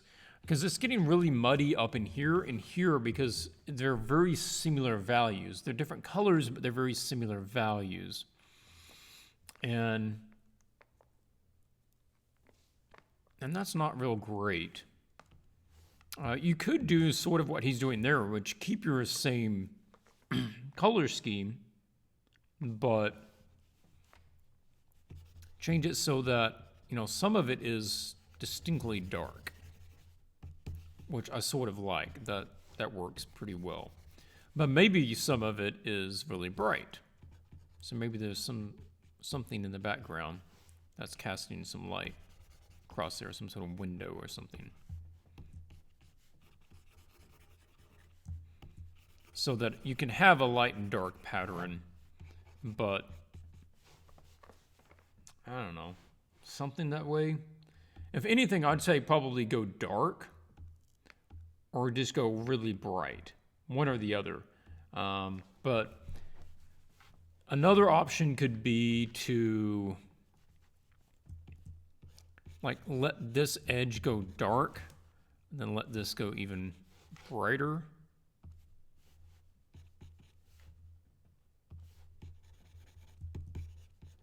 We're just trying to create a little more contrast between the two of those. Same sort of thing here. If you wanted to, this is one where you can play up that side light, which you don't really have any on this one, but you can play with that side light as if there's some coming across here. Like, okay, cool. Which doesn't change too much on the face, but we could play with it and say that it's really bright over there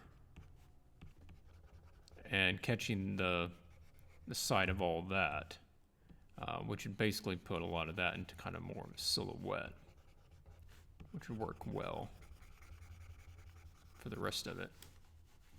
So you kind of have that going on. Another one where we want to borrow some of that nice violet tone and throw that back here, especially if the ear is going to have some of that backlight coming in it. It's going to get that nice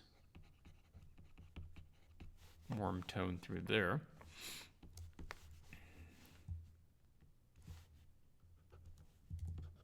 Yeah, you got bright. You don't have the mid-tone there. The hair, I'm not sure whether the hair is really dark, really light, but probably push it so that it's a little bit darker, and then the highlights, there's less highlight area getting as bright as you have it. Maybe just that. Simplify it a little bit. That might be enough on that way.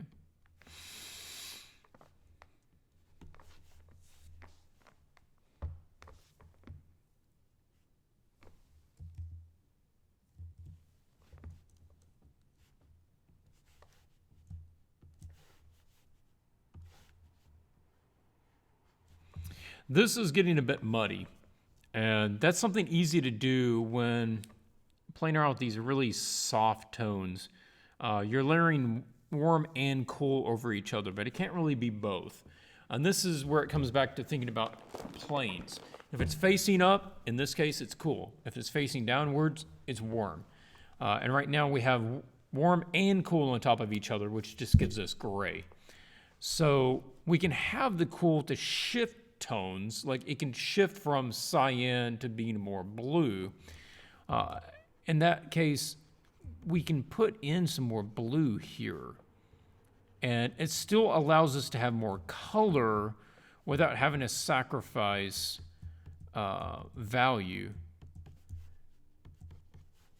And then also letting it shift through some of the slightly more violet tones before getting down into your more yellow tones down here, the more even balanced yellow natural tones.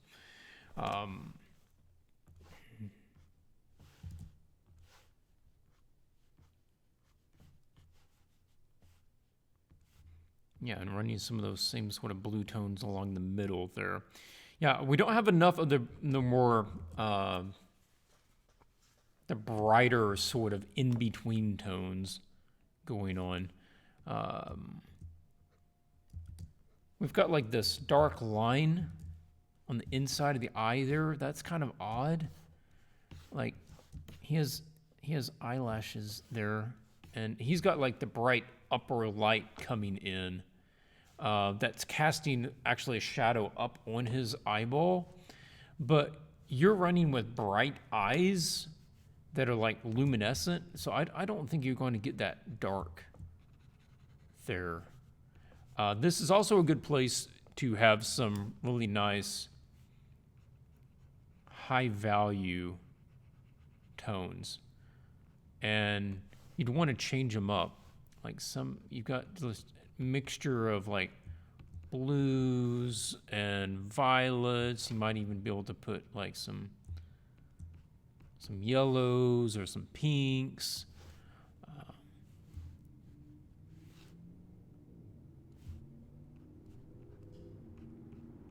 So that when you look at it, it's not just gray.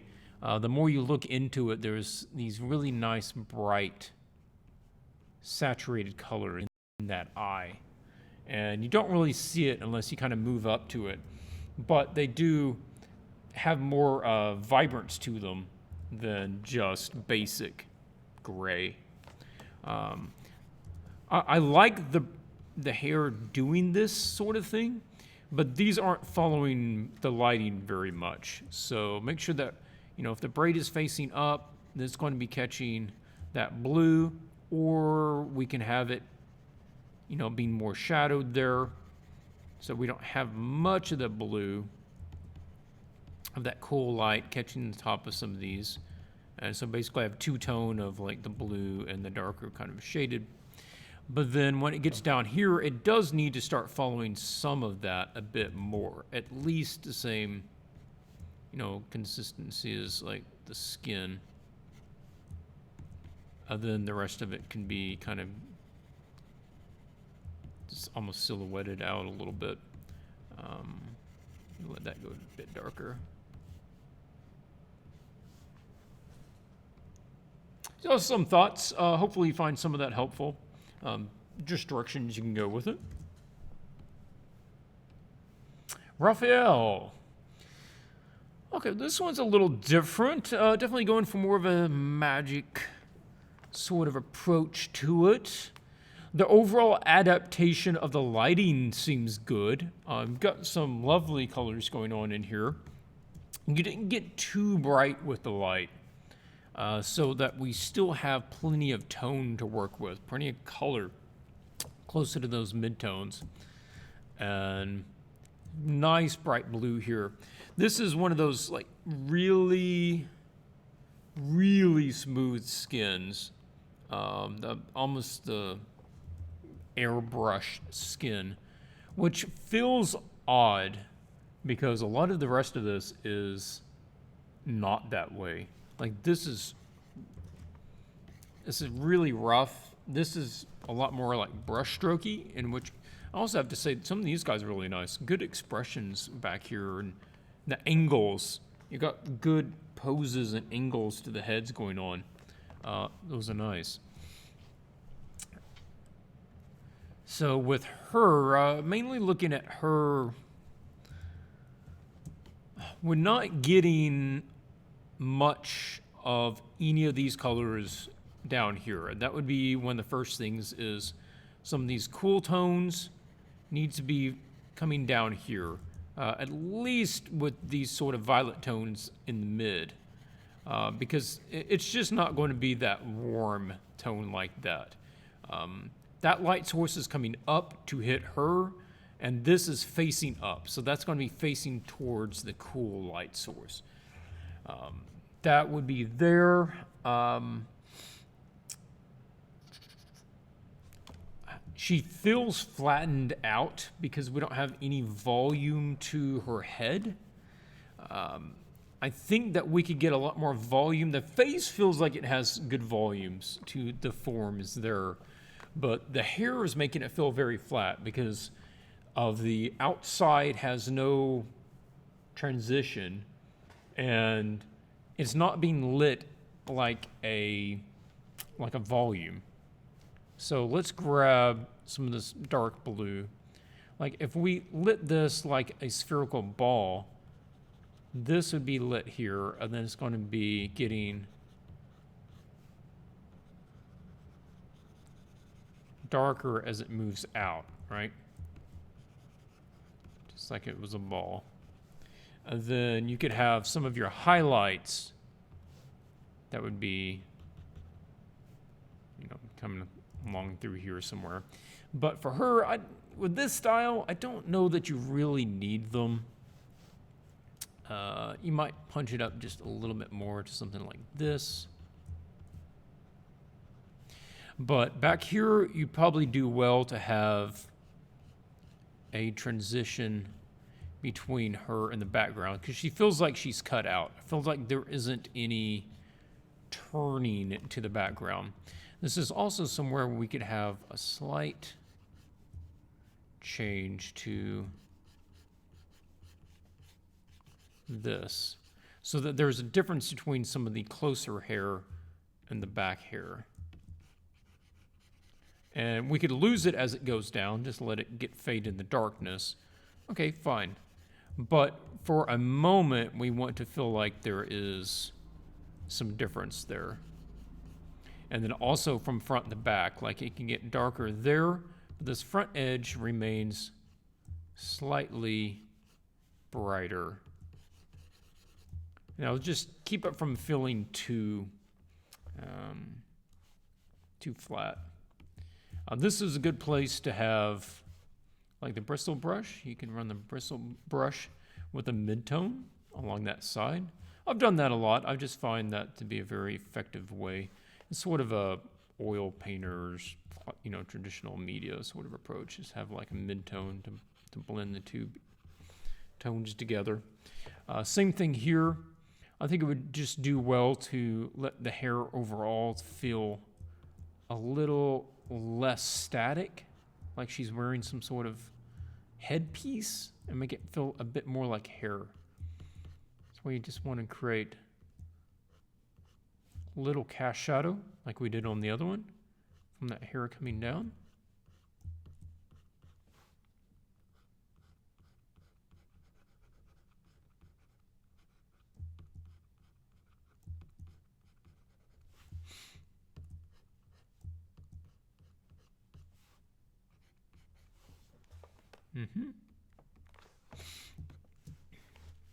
Another place with her, again, like we saw in some of the other ones, where maybe just a bit more. You have such good colors going on here. We can push some of the colors there in the lips, as well as pushing up some of the light there on that top lip.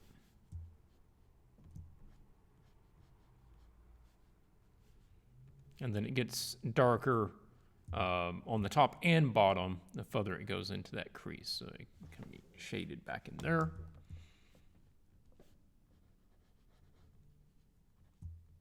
Just want to get those half a step closer.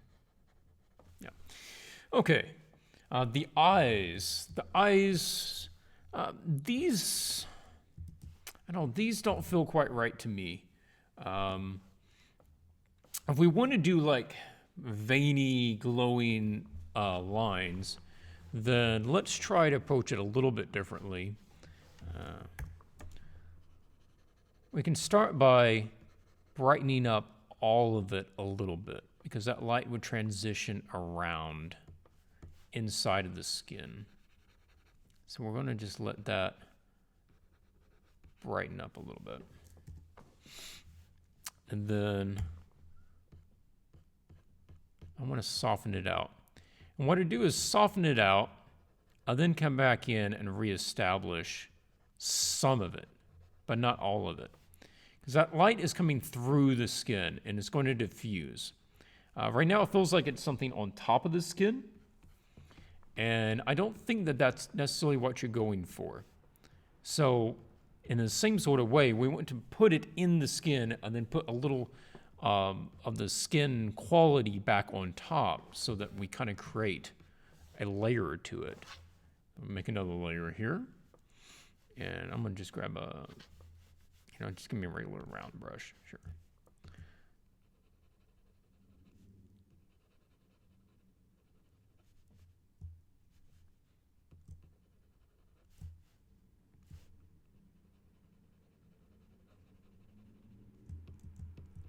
Now, this actually reminds me of the Lord of the Rings and one of the behind-the-scenes DVDs.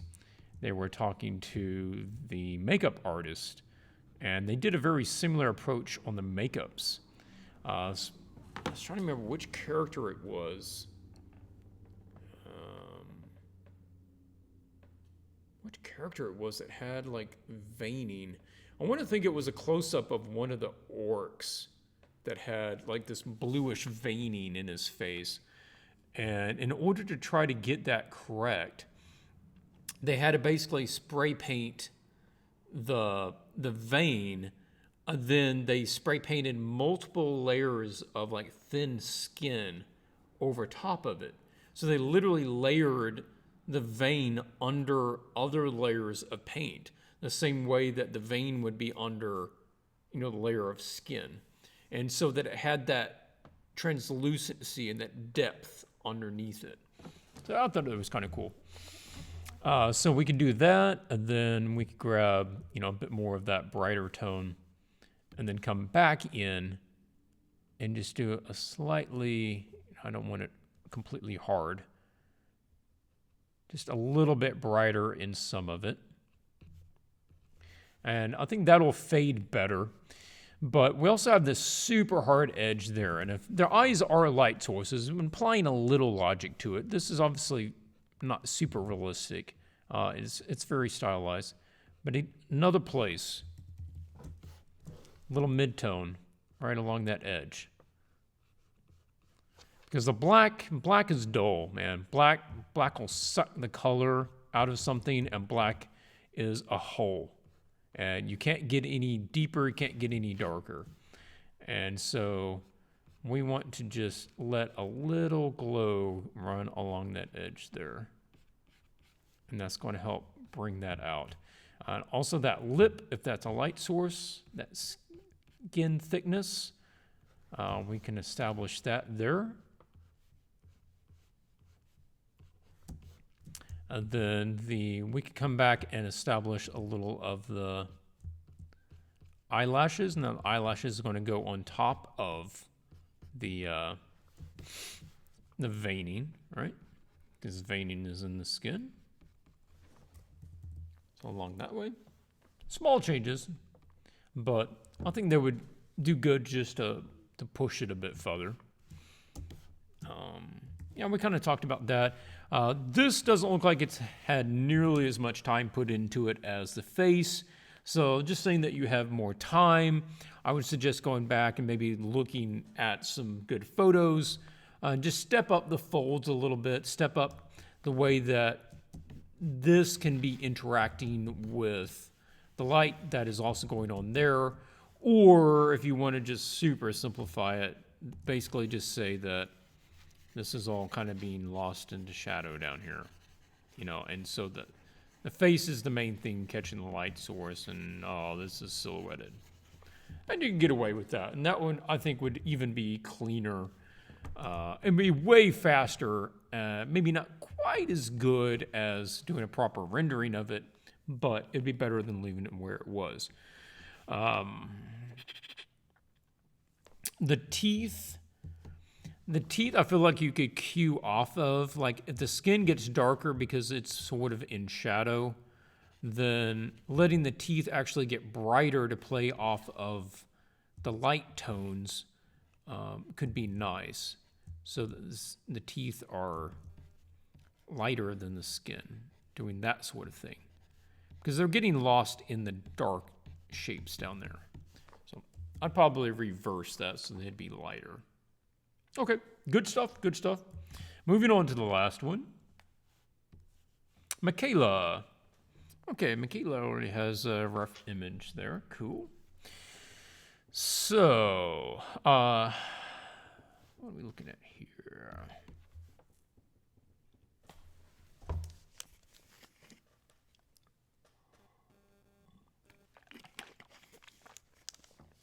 Okay, we've got an extreme angle on the head. I need to pick a color I can actually see.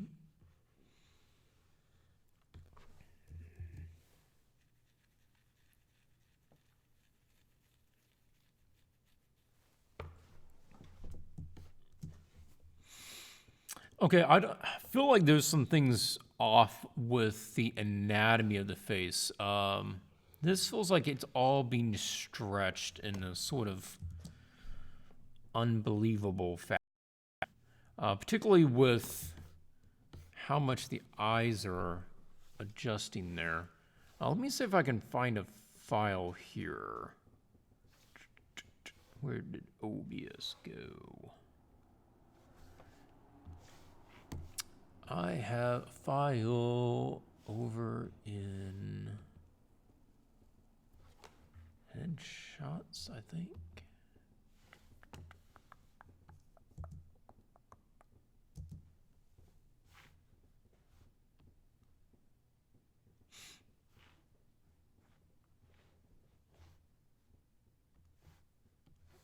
Yeah, okay, so this is a file I got online, and you can see the angle change there of the face.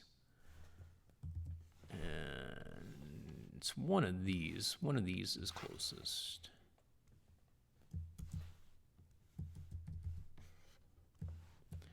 So it looks like it's definitely closer to this one. I don't know.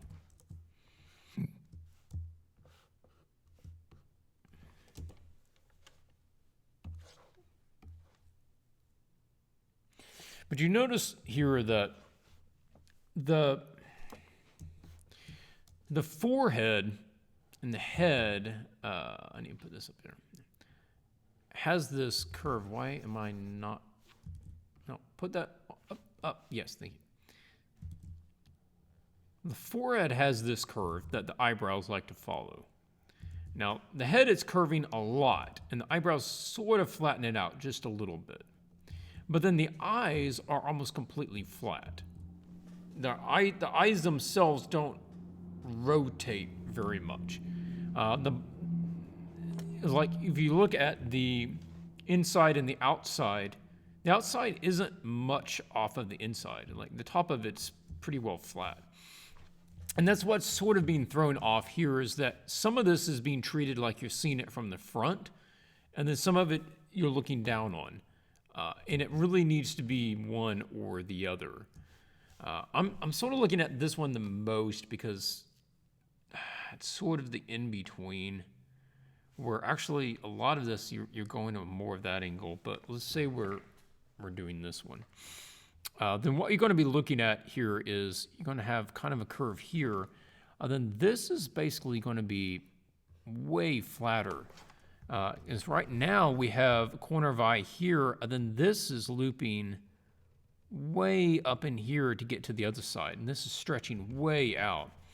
And we're having a lot of white in the eye, like as much white on the eye after the iris as the iris itself. And so the eye really needs to be stopping like here, and that needs to be kind of flattening off. So we need to watch that sort of shape, right? And the eyelashes aren't going to loop back up. Like that's looping back up as far as the eyebrow. And we're not really going to get that. So we're going to have more. And now the eye might be looking up more. We might be having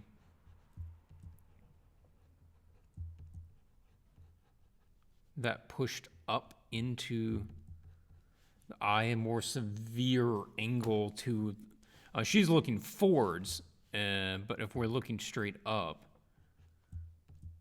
we might have more of that there.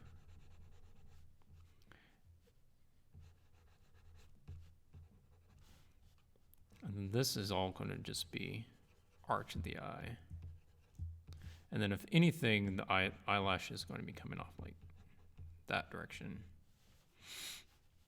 And Like you see here, the eyebrows at this angle are going to be much closer.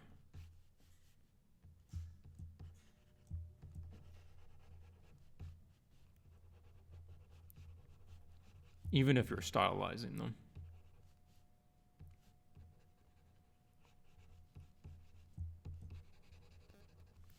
And then we look at how much space is on the outside. That means that we can probably bring this in. There's, I would say maybe 3/4 of an eye from the outside of the eye to the outside of the head. And so we're going to have here, the ear is in a pretty close proximity.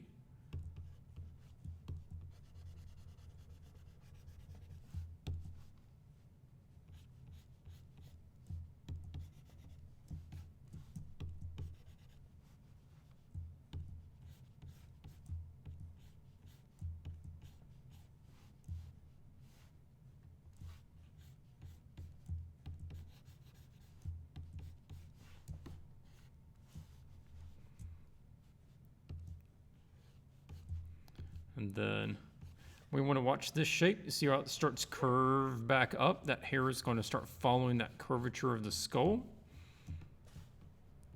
Okay, and this, if we think about how far that's going, that would be like running her hair like that. It's, I don't know, that's a bit too much for me.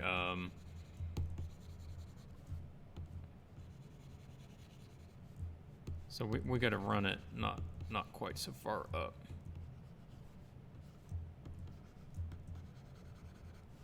It's like you can still have a pretty extreme character without going that extreme. Okay.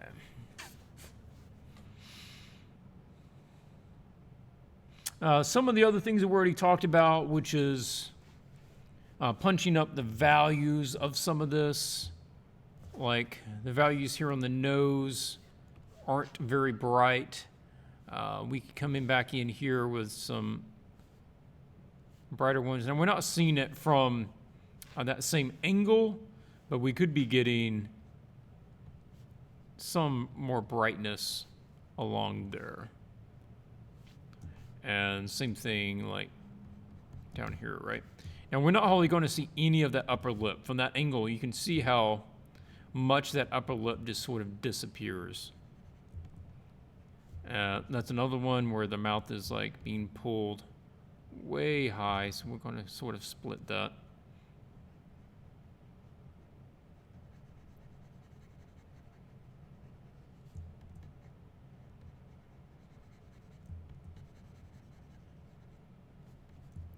And the mouth doesn't actually come to that far. Like the mouth will come to here, and then it's skin and muscles that carry it onto this. But the mouth crease itself doesn't go all the way out to that. That's more of a, Joker comics sort of thing that you might do. Okay. And this is another point where, if you want to do the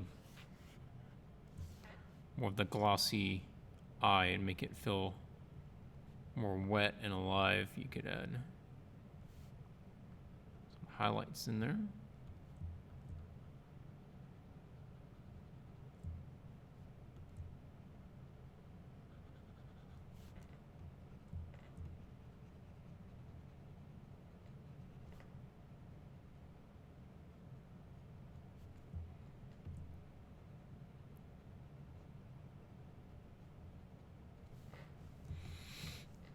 Okay.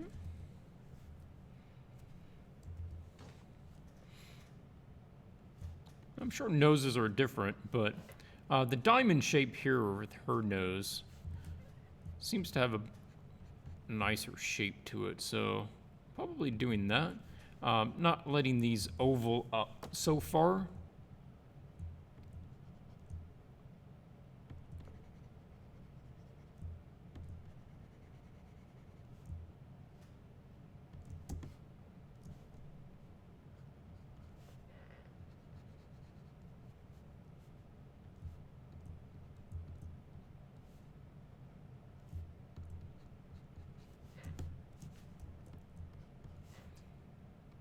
Now this can be a tricky angle, no doubt. So there, and then also watch coming back in here with some of these warm tones and establishing the under angles here. You've got this, and sneak up on it. Start with some of the mid-tone warms and put those in and to kind of establish that basic shapes going on here. And then here, and we've got this form, then we have this form back in here, and then you can move to a brighter one. And then you just catch parts of that one and parts of this one. Maybe just a little bit there. Parts towards the middle here and here. And then same thing here, like this side is going to be moving more into shadow. But the blue can be carried from the nose down a bit more. Right? And then, of course, this can be carried along to the chin. We don't really have much down there either. Along that way. The same sort of approach needs to be added to the hair. The hair, you know, that blue light's coming straight down here. So that blue highlight should be running more down this part. This should largely be in shadow, right?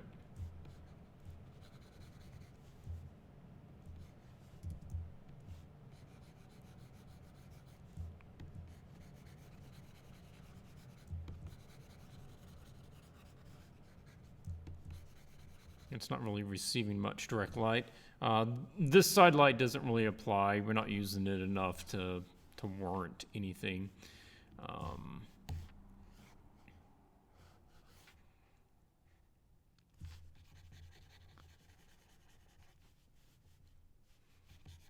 A lot of this could probably be shadowed down a bit more.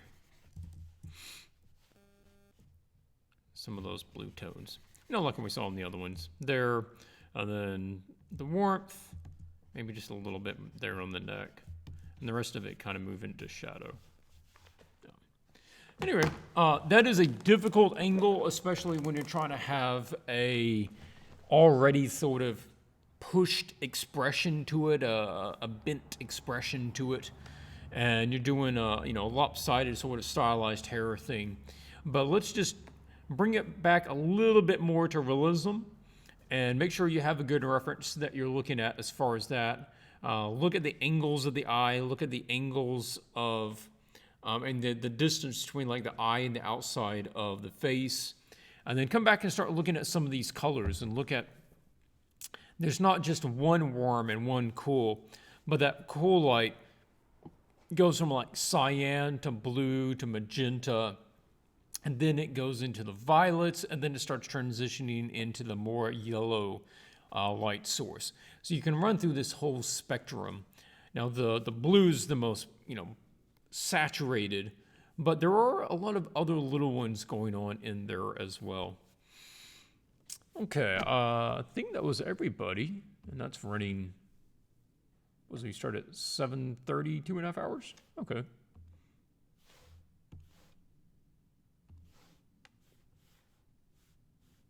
Yep, cool. Okay.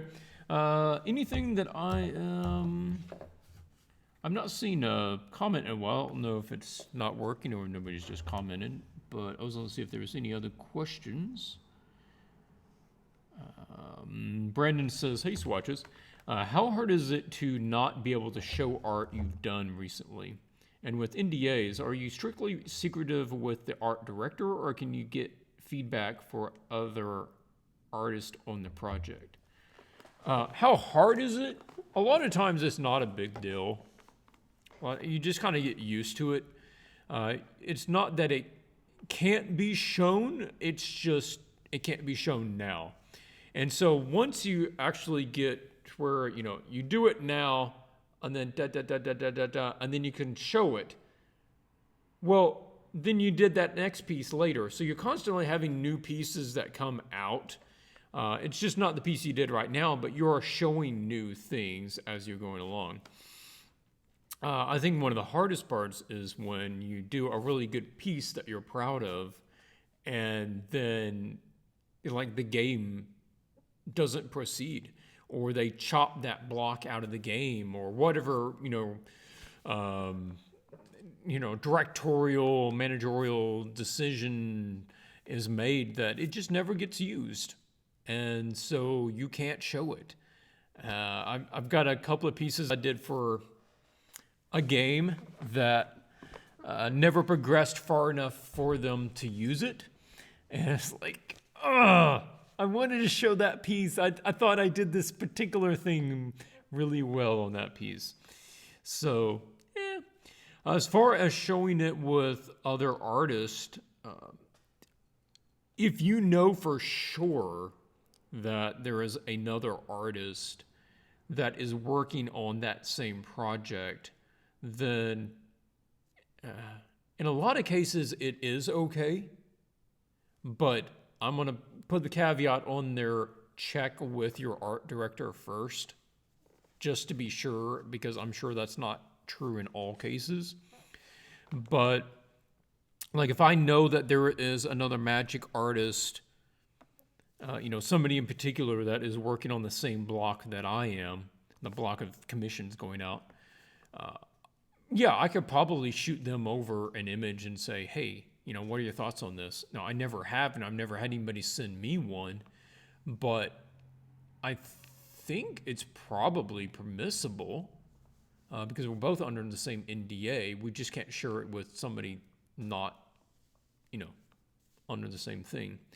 But I'm a little hazy on that. I would want to ask my art director and just say, hey, just double check. I thought I would, get some feedback from, so-and-so on it. Before we send it to them.